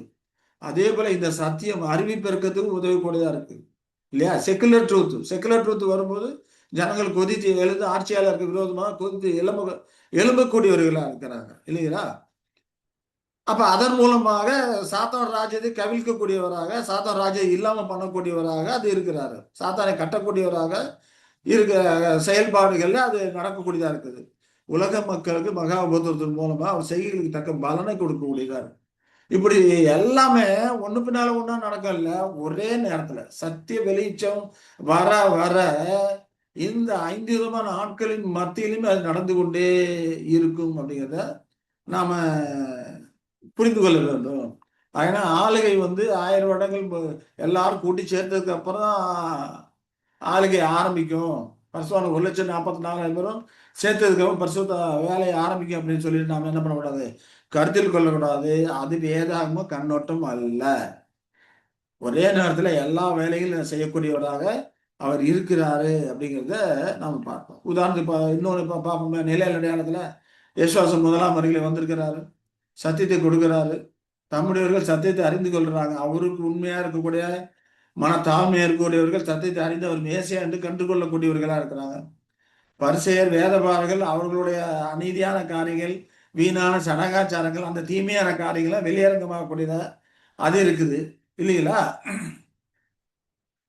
அப்ப அவங்க அநேக காரியங்கள் தவறுகளை எல்லாம் அவர் சுட்டி காட்டுறாரு. அதனால அவர்கள் என்ன பண்றாங்க, பகைக்கக்கூடியவர்கள். எல்லாமே சத்தியம்தான். சத்தியம் வெளிப்படுவதன் மூலமாக நிறைவேறக்கூடியதா இருக்குது. எல்லாரும் இயேசு கிறிஸ்துவை பகைக்கிறாங்க. அது காரணம்னா அதுவும் சத்தியம்தான். சத்தியத்தை பேசுறாரு, உண்மையை பேசுறாரு. எல்லாரும் ஒரு பகைக்கக்கூடியவர்களா இருக்கிறாங்க. அது சத்தியமானது ஒரே நேரத்துல பல வேலைகளை அங்க செய்யுது அப்படிங்கிறத நாம பார்க்கணும். அதே போலதான் இந்த காலகட்டத்திலும் சத்தியமானது எல்லா வேலைகளும் அநேகர் மத்தியிலும் அதை வேலை செய்து கொண்டு எல்லா காரியங்களும் அது செய்யும் அப்படிங்கிறத நாம புரிந்து கொள்ள வேண்டும் இல்லைங்களா? சரி, இப்ப இந்த காரியங்கள் எல்லாமே இந்த 5 ஆட்கள் மத்தியிலுமே சத்தியத்தை பிரகடனப்படுத்துவதன் மூலம். எக்கால சத்தம்னா என்ன அர்த்தம்? எக்கால சத்தம் ஊதுறான்னு படிக்கிறோம் இல்லையா? எக்கால சத்தம்னா என்ன அர்த்தம்? செய்தி அறிவிக்கக்கூடிய ஒரு காரியம் தான். ஒருத்தவங்க எக்காலம் ஊதுறாங்கன்னா ஒவ்வொன்றுக்கும் ஒரு துணி இருக்கு. யுத்தத்துக்கு ஆயத்தம் பண்றதுக்கு அதுக்கு ஒரு விதமான துணியை கொடுக்கணும். யுத்தத்தை நிறுத்துறதுக்கு அதற்கு ஒரு விதமான துணியை கொடுத்தோம்னா எக்காலம் ஊதணும். அதே போலதான் பாளையத்துல முன்னணி பெறப்படணும்னா அதுக்கு ஒரு விதமான எக்காலம் ஊதுவாங்க. பாளையத்துல பின்னணி பெறப்படணும்னா அதுக்கு ஒரு விதமான எக்காலம் ஊதுவாங்க. இப்ப எக்காலம் ஊதுதல் அப்படிங்கிறது செய்தி கொடுக்கிற ஒரு காரியமா இருக்கு. அதை தான் இங்க சொல்றாரு. எக்காலம் பிரதானத்தினுடைய எக்காலம் அப்படிங்கிறப்ப அந்த காலத்துல வரக்கூடிய சத்திய செய்தி அறிவிக்கக்கூடியதாக தான் அது இருக்கிறது. அப்ப இந்த அறிமுகப்படுத்தக்கூடிய இந்த நிகழ்வுகளை எந்த விதமான சத்திய அறிவுகளை இந்த காலத்தில் வெளிப்படுது அப்படிங்கிற இந்த நிகழ்வுகள் எல்லாம் சத்தியமாகிய கண் மருந்தை போட்டவர்களுக்கு தான் அது தெரியக்கூடியதாக அது இருக்கும். வெளிப்படுத்தா 3:18 நம்ம படிக்கிறோம் இல்லையா? நீ பார்வை அடையும்படிக்கு உன் கண்களுக்கு கலிக்கும் போடவும் வேண்டும் என்று உனக்கு ஆலோசனை சொல்லுகிறேன்னு படிக்கிறோம். என்ன பார்வை? ஆவிக்குரிய பார்வை. ஆவிக்குரியதிலே பார்க்கணும். ஆவிக்குரிய காரியங்களே சத்திய காரியங்களை புரிந்து கொள்ளணும்னா சத்தியமாகிய அந்த கலிக்கம் அந்த கண் மருந்து நீங்க போட்டுக்கணும். போட்டாதான் அது புரியும் அப்படிங்கிறத அங்க சொல்லக்கூடிய காரியமா இருக்கு. இப்ப சத்தியம்ல யாருக்கெல்லாம் புரியும்? இந்த இப்ப இருக்கிற நிகழ்கால யாருக்கெல்லாம் புரியும்? எபிரேயர் 5:14 படிக்கிறோம். பலமான ஆகாரம் இது. பலமான ஆகாரமானது நன்மை தீமை இன்னதென்று பயிற்சியினால் பகுத்தறியத்தக்க முயற்சி செய்யும் ஞானேந்திரியங்களை உடையவர்களாகிய பூர்ண வயதுள்ளவர்களே தகும். எது நன்மை, எது தீமை, எது சரி, எது தப்புன்னு சொல்லி அது பகுத்தறியத்தக்கதா பயிற்சி செய்திருக்கிற அப்படிப்பட்ட ஞானேந்திரம் உடையவர்களுக்கு தான் இந்த காரியங்கள் எல்லாம் புரியும், விளங்கும். மற்றவர்களுக்கெல்லாம் அது என்னது? புரியாது, விளங்காது. ஏன்னா 7ஆம் எக்காலம் 2 பகுதியா இருக்கிறதெல்லாம் நம்ம பார்த்தோம். முதல் பகுதி சுவிசேஷ முடிவு பகுதி கொடுக்கப்படுது. 2ஆம் பகுதி ஐயோ கலக்கம் அந்த பகுதி வரக்கூடியதா இருக்கு. முதல் பகுதியில பார்த்தா பசுவாங்க ஓட்டம் அந்த முடிகிற அந்த காலங்கள்லாம் வருது. அறுவடை காலம் அதெல்லாம் வரக்கூடியதா இருக்கு. 2வது பார்த்தோம் உலக மக்களுக்கெல்லாம் கலக்கம் கோபத்தோட நாடுகள்லாம் வரக்கூடியதா இருக்கு. அப்ப இதெல்லாமே இந்த காலகட்டத்தில் வெளியாகிற செய்தி, அந்த செய்தி மூலமா தான் இப்ப நம்ம படிக்கிறோம். நாம அந்த எக்காலம் ஓதக்கூடிய அந்த காலகட்டத்தில் இப்ப நாம இருந்து கொண்டு இருக்கோம். அதனாலதான் இவ்வளவு காரியங்கள் நமக்கு தெரியக்கூடியதா இருக்கு, அறியக்கூடியதா இருக்கு. அநேகர் இன்னும் அறியாம இருக்கிறாங்க. அவர்களுக்கும் இந்த காரியங்களை தெரியப்படுத்தணுங்கிறது தான் நம்முடைய நோக்கமா இருக்கிறது. அதற்கான இந்த செய்தியை நோக்கமாகவே அதை இருக்கிறது அப்படிங்கிறது நான் பார்ப்போம். அப்ப எக்காலத்துடைய விளைவு அதை கேட்பவர்களிடத்துல பலவிதமாக மாறுபடுது அப்படின்னு சொல்லிட்டு நம்ம புரிந்து கொள்ளும். எக்கால சத்தம் போடணும்னு எல்லாருமே அதை புரிஞ்சுக்கிறது இல்லை இல்லையா? சிலர் மாறுபாடா புரிஞ்சுக்கிறாங்க, தப்பா புரிஞ்சுக்கிறாங்க. அதுதான் இன்றைய கிறிஸ்தவர்கள் மத்தியில இருக்கக்கூடிய ஒரு காரியம் இருக்கு. அநேகர் அதை தவறாதான் புரிஞ்சுக்கிறாங்க. வேத வசனங்கள்ல நம்ம படிக்கிறோம். யோவான் 12:29 பார்த்தோம்னா அங்கே நின்று கொண்டிருந்து அதை கேட்ட ஜனங்கள் இடி முழக்கம் உண்டாயிற்று என்றார்கள். வேறு சிலர் தேவதூதன் உடனே பேசினான் என்றார்கள். யெஷுவா அவர்களை நோக்கி இந்த சத்தம் என் நிமித்தம் உண்டாகாமல் உங்கள் நிமித்தமே உண்டாயிற்று என்று சொல்லுகிறதே நாம பார்க்கிறோம். யோவான் 12:29 எந்த சூழ்நிலையை சொல்றாரு? அவர் துக்கம் கொண்டிருக்கிறார். யெஷுவாவுக்கு துக்கம். யோவான் 12:29 அண்ணாவன அதை பார்க்கலாம். யோவான் 12:29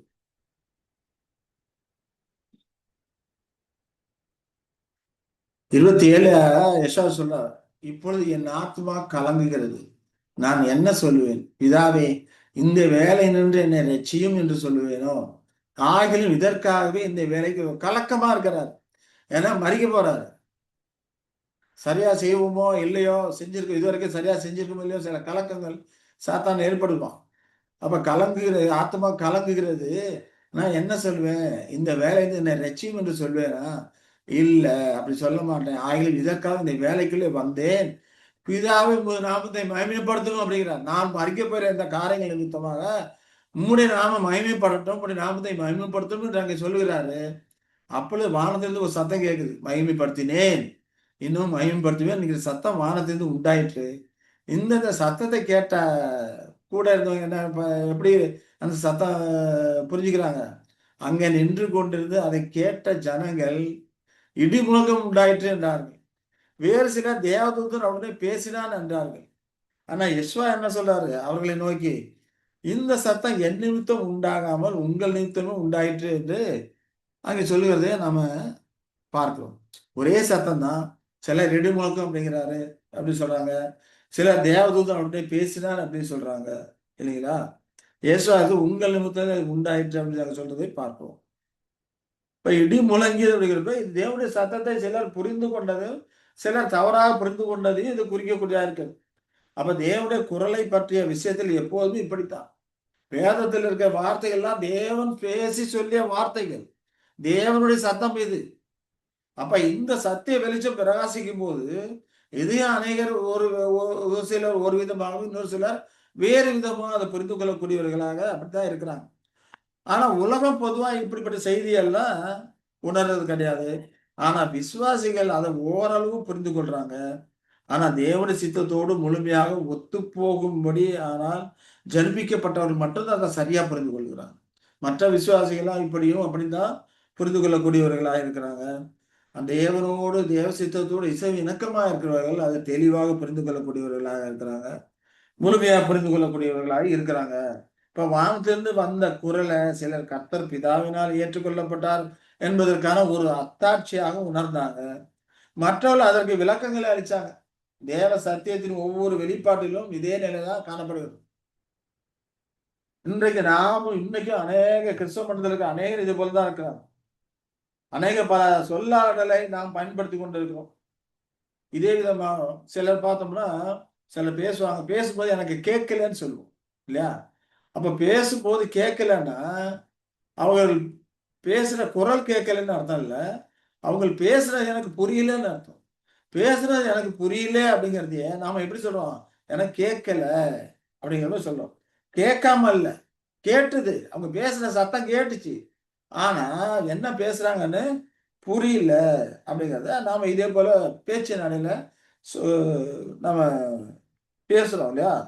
அப்ப குரலை கேட்கவே இல்லைன்னு அர்த்தம் இல்ல. குரல் கேட்டுச்சு, அதன் பொருளை புரிந்து கொள்ளல அப்படிங்கிறது அர்த்தம். அப்ப இதுல இருந்து நமக்கு தெரிஞ்சு கொள்ளக்கூடிய ஆவிக்குரிய பாடம் என்ன? தேவனுடைய குரல் சத்தியக்காரிகள் அனைவருக்கும் ஒரே மாதிரியாக ஒலித்தாலும் கூட அதை உணர்ந்து புரிந்து கொள்வது அப்படிங்கிறது ஒவ்வொருவருடைய இருதய நிலை, அவருடைய விசுவாசம், அவருடைய ஆவிக்குரிய வளர்ச்சி இதை பொறுத்து இருக்குது. எல்லாத்துக்கும் ஒரே மாதிரி புரியுதில்லை. ஆனா பெசிலியா காலத்துல இந்த வித்தியாசம் இருக்காது. அங்க எல்லாத்துக்கும் தெளிவாக கற்றுக் கொடுக்கப்படும். ஏன்னா யாவருக்காம் என் ஆவியை ஊற்றினேன் அங்க அப்படிங்கிறத மாம்சமான யாவருக்கும் என் ஆவியை ஊற்றுவேன்னு சொல்லியிருக்கிறார். அப்ப வேதத்தை புரிந்து கொள்ளக்கூடிய அளவுக்கு தேவன் தம்முடைய பரிசுத்த ஆவியும் அங்க கொடுக்கிறார். ஆனா இந்த காலகட்டத்தில் சிலருக்கு அது வெறும் இடியாக தோன்றுது, மற்றவர்களுக்கு அது தேவனுடைய தெளிவான செய்தியா இருக்கும். ஆனா எனக்காக அல்ல, உங்களுக்கு அந்த சத்தம் உண்டானுச்சுன்னு அங்க சொல்றதை நான் பார்க்கிறோம் இல்லையா? அப்ப சுற்றி இருந்தவர்களுக்கு அது ஒரு சாட்சியா இருக்குது. யெஷுவா தேவனால் ஏற்றுக்கொள்ளப்பட்டவர் என்பதை வெளிப்படுத்துவதற்கான ஒரு சாட்சியா இருந்தது. அந்த குரலை கேட்டவர்கள் அது மனிதரிலிருந்தும் அல்ல, தேவனிலிருந்து வந்த உறுதிப்படுத்தல் என்பதை உணர வேண்டியதா இருந்தது. அதனால்தான் உங்கள் நிமித்தம் தான் இந்த சத்தம் வந்துச்சு, இந்த குரல் வந்துச்சுன்னு சொல்லி அங்க யெஷுவா சொல்றாரு பார்க்கிறோம். அப்ப தேவனுடைய சத்திய செய்தியானது சில சமயங்களில் ஒரு நபருக்கு ஆறுதலையும் உறுதியும் அளிக்க வகையில செயல்படக்கூடியதா இருக்கு. அதே செய்தியானது மற்றவர்களுக்கு ஒரு சாட்சியாக போதனையாகவும் அமையக்கூடியதாகவும் இருக்கும் அப்படின்னு சொல்லி பார்க்கணும். ஏன்னா வேத வாக்கியங்கள் இருவரும் கருவில்லப்பட்ட இதயத்தின் நினைவுகளின் யோசனைகள் வகையறுக்கிறதாகவும் உருவ குத்துகிறதாகவும் இருக்கிறது அப்படிங்கெல்லாம் நம்ம படிக்கிறோம் இல்லைங்களா? அப்ப சிலருக்கு அவங்களுக்கு பாவங்களும் உணர்த்து வைக்கப்பட்டு மனம் மாறக்கூடியவர்களா இருப்பாங்க. சிலருக்கு சத்தியத்துல ஒரு தெளிவை கொடுக்கும். சிலருக்கு நாம இன்னும் பலமா சத்தியத்தை கற்றுக்கொள்ளணுங்கிற அந்த வாஞ்சை உணர்வை ஏற்படுத்தக்கூடியதா இருக்கும். அவரவர்கள் இருக்கக்கூடிய மனநிலை, அவர்கள் இருக்கக்கூடிய விசுவாசம், வளர்ந்திருக்க நிலை, இதை பொறுத்து இந்த காரியங்கள் எல்லாம் மாறுபடுகிறது. அதாவது இந்த எக்கால சத்தத்தை துணி அவர்களுடைய விசுவாசம் எப்படி இருக்கிறது, அவருடைய ஆவிக்குரிய வளர்ச்சி எப்படி இருக்கிறது இல்லையா? இதெல்லாம் பொறுத்து மாறுபடக்கூடியதா இருக்குது அப்படிங்கிறத நாம புரிந்து கொள்ளுகிறோம். எரேமியா 6:17 படிக்கிறோம். நான் உங்கள் மேல் காவலாளரையும் வைத்து எக்கால சத்தத்துக்கு செவி கொடுங்கள் என்றும் சொன்னேன், அவர்களோ நாங்கள் கேட்க மாட்டோம் என்கிறார்கள் அப்படிங்கிறார். அப்ப காவலாளிகள் அப்படிங்கிறப்போ அந்த காலகட்டத்தில் பார்த்தோம்னா அந்த கோட்டை மதில் மேல காவல் காக்கிறவங்க ஒருத்தவங்க இருப்பாங்க. தூரத்துல என்ன நடக்குது, ஏது வருது, ஆபத்து வருதா அப்படிங்கலாம் ராவலும் பகலையும் ஆள் மாறி இருந்து கொண்டே இருப்பாங்க, கண்காணித்து கொண்டே இருப்பாங்க. அவ கண்காணித்து கொண்டே இருந்து கீழே இருக்கிறவங்களுக்கு செய்தி கொடுக்கணும், ஆபத்து வருது அப்படிங்கிற செய்தியெல்லாம் கொடுக்கணும். அப்போ எக்காலம் ஊதுவாங்க. எக்காலம் ஊதி அதற்கு தகுந்த விதமாக ஒரு துணியை எழுப்புவாங்க.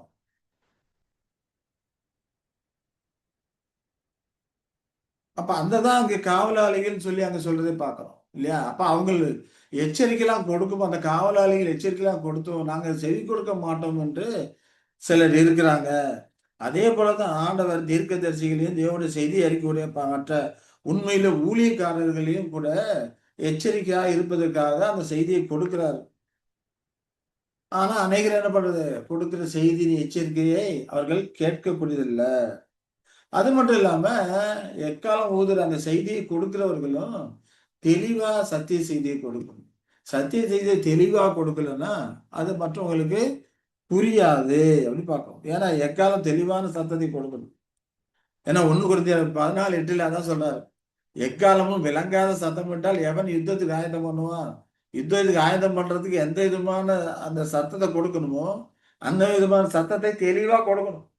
அப்படி தெளிவா கொடுக்காதபடிக்கு அவனே பதற்றத்துல கண்ணாபண்ணான்னு ஊதுனான்னு வச்சுக்கோங்க, யார் யுத்தத்துக்கு ஆயத்தம் பண்ணுவோம்? ஆயத்தம் பண்ண மாட்டாங்க. அப்ப சத்திய செய்தியை நம்ம கொடுக்கிறவர்களும் தெளிவாக சத்தியத்தை அறிந்து உணர்ந்து புரிந்து மற்றவர்களை ஏற்றுக்கொள்ளத்தக்க விதத்திலே தெளிவாக நம்ம செய்தியை கொடுக்கணும் அப்படிங்கிறத அங்க அப்போஸ்தலர் பவுல் சொல்றார். அப்ப தேவனுடைய செய்தி குழப்பம் இல்லாம தெளிவாக உறுதியாக அறிவிக்கப்படணும். தேவனுடைய திட்டம், கிறிஸ்துவனுடைய வருகை, ராஜ்யத்தினுடைய நம்பிக்கை, தற்கால நிகழ்கால சத்தியம், இவைகளை குறித்த அந்த அறிவிப்பு தேவன் நோக்கமிட்ட அந்த வகுப்புகள் இல்லையா? பரமளிப்பு மட்டுமில்ல, ஒரு 6 விதமான வகுப்புகளை தேவன் செலக்ட் பண்ண வச்சிருக்கிறார். ஏன்னா என் பிதாவிடத்தில் அநேக வாசஸ்தலங்கள் உண்டு, அவையில் ஒன்றை உங்களுக்கு ஆயத்தம் பண்ணுகிறேன்னு சொல்றாரு. இப்ப மற்ற மீதியெல்லாம் யாருக்கு? இப்ப மற்ற வகுப்புகள் இருக்குது அப்படிங்கிறது அதன் மூலமா புரிந்து கொள்கிறது. அப்ப இந்த வகுப்புகள் அனைத்துமே சேகரிக்கப்பட வரக்கூடிய வகை, அந்த மீதம் இருக்கிற அந்த வகுப்புகள் எல்லாம் சேகரிக்கப்படக்கூடிய வரை வரைக்கும் இந்த எக்கால சத்தத்தை சத்திய துணியை நாம கொடுத்து கொண்டே இருக்கணும் அப்படிங்கிறத நாம புரிந்து கொள்கிறோம். ஏன்னா யேசுவாச உண்மையிலே சொல்றாரு இல்லையா, பொன்னியாச்சோ. சரி, நாம இந்த காரியங்களை நாம இதோ நிறுத்திக்கலாம்னு நினைக்கிறேன். சரி, மணி ஆகிவிட்டது. சரி, இப்ப இதுவரைக்கும் பார்த்த கேள்வியில ஏதாவது உங்களுக்கு டவுட் இருக்கு, இல்லை இதற்கு முன்னால இருக்கிற வீடியோக்கள் ஏதாவது வேணும் அப்படின்னாக்க நீங்க இந்த வாட்ஸ்அப் நம்பருக்கு தொடர்பு கொண்டா உங்களுக்கு அனுப்பி வைக்கிறேன். அல்லது யூடியூப்ல போயிட்டு இந்த மேல பன்னீர்செல்வம் 3555.com அடிச்சிங்கன்னா உங்களுக்கு இருக்கிற அந்த மற்ற பழைய வீடியோக்கள் அதில் வரும், நீங்க பார்த்து தெரிந்து கொள்ளலாம். சரிங்களா? சரி, மீதம் இருக்கிற காரியங்கள்லாம் கர்த்தர் சித்தமானால் இனி வரக்கூடிய வகுப்பில் அதை குறித்த காரியங்களை தொடர்ந்து பார்க்கலாம். அன்பின் தேவன் தாமே நம்மை ஆசீர்வதித்து வழிநடத்துவாராக. ஆமென்.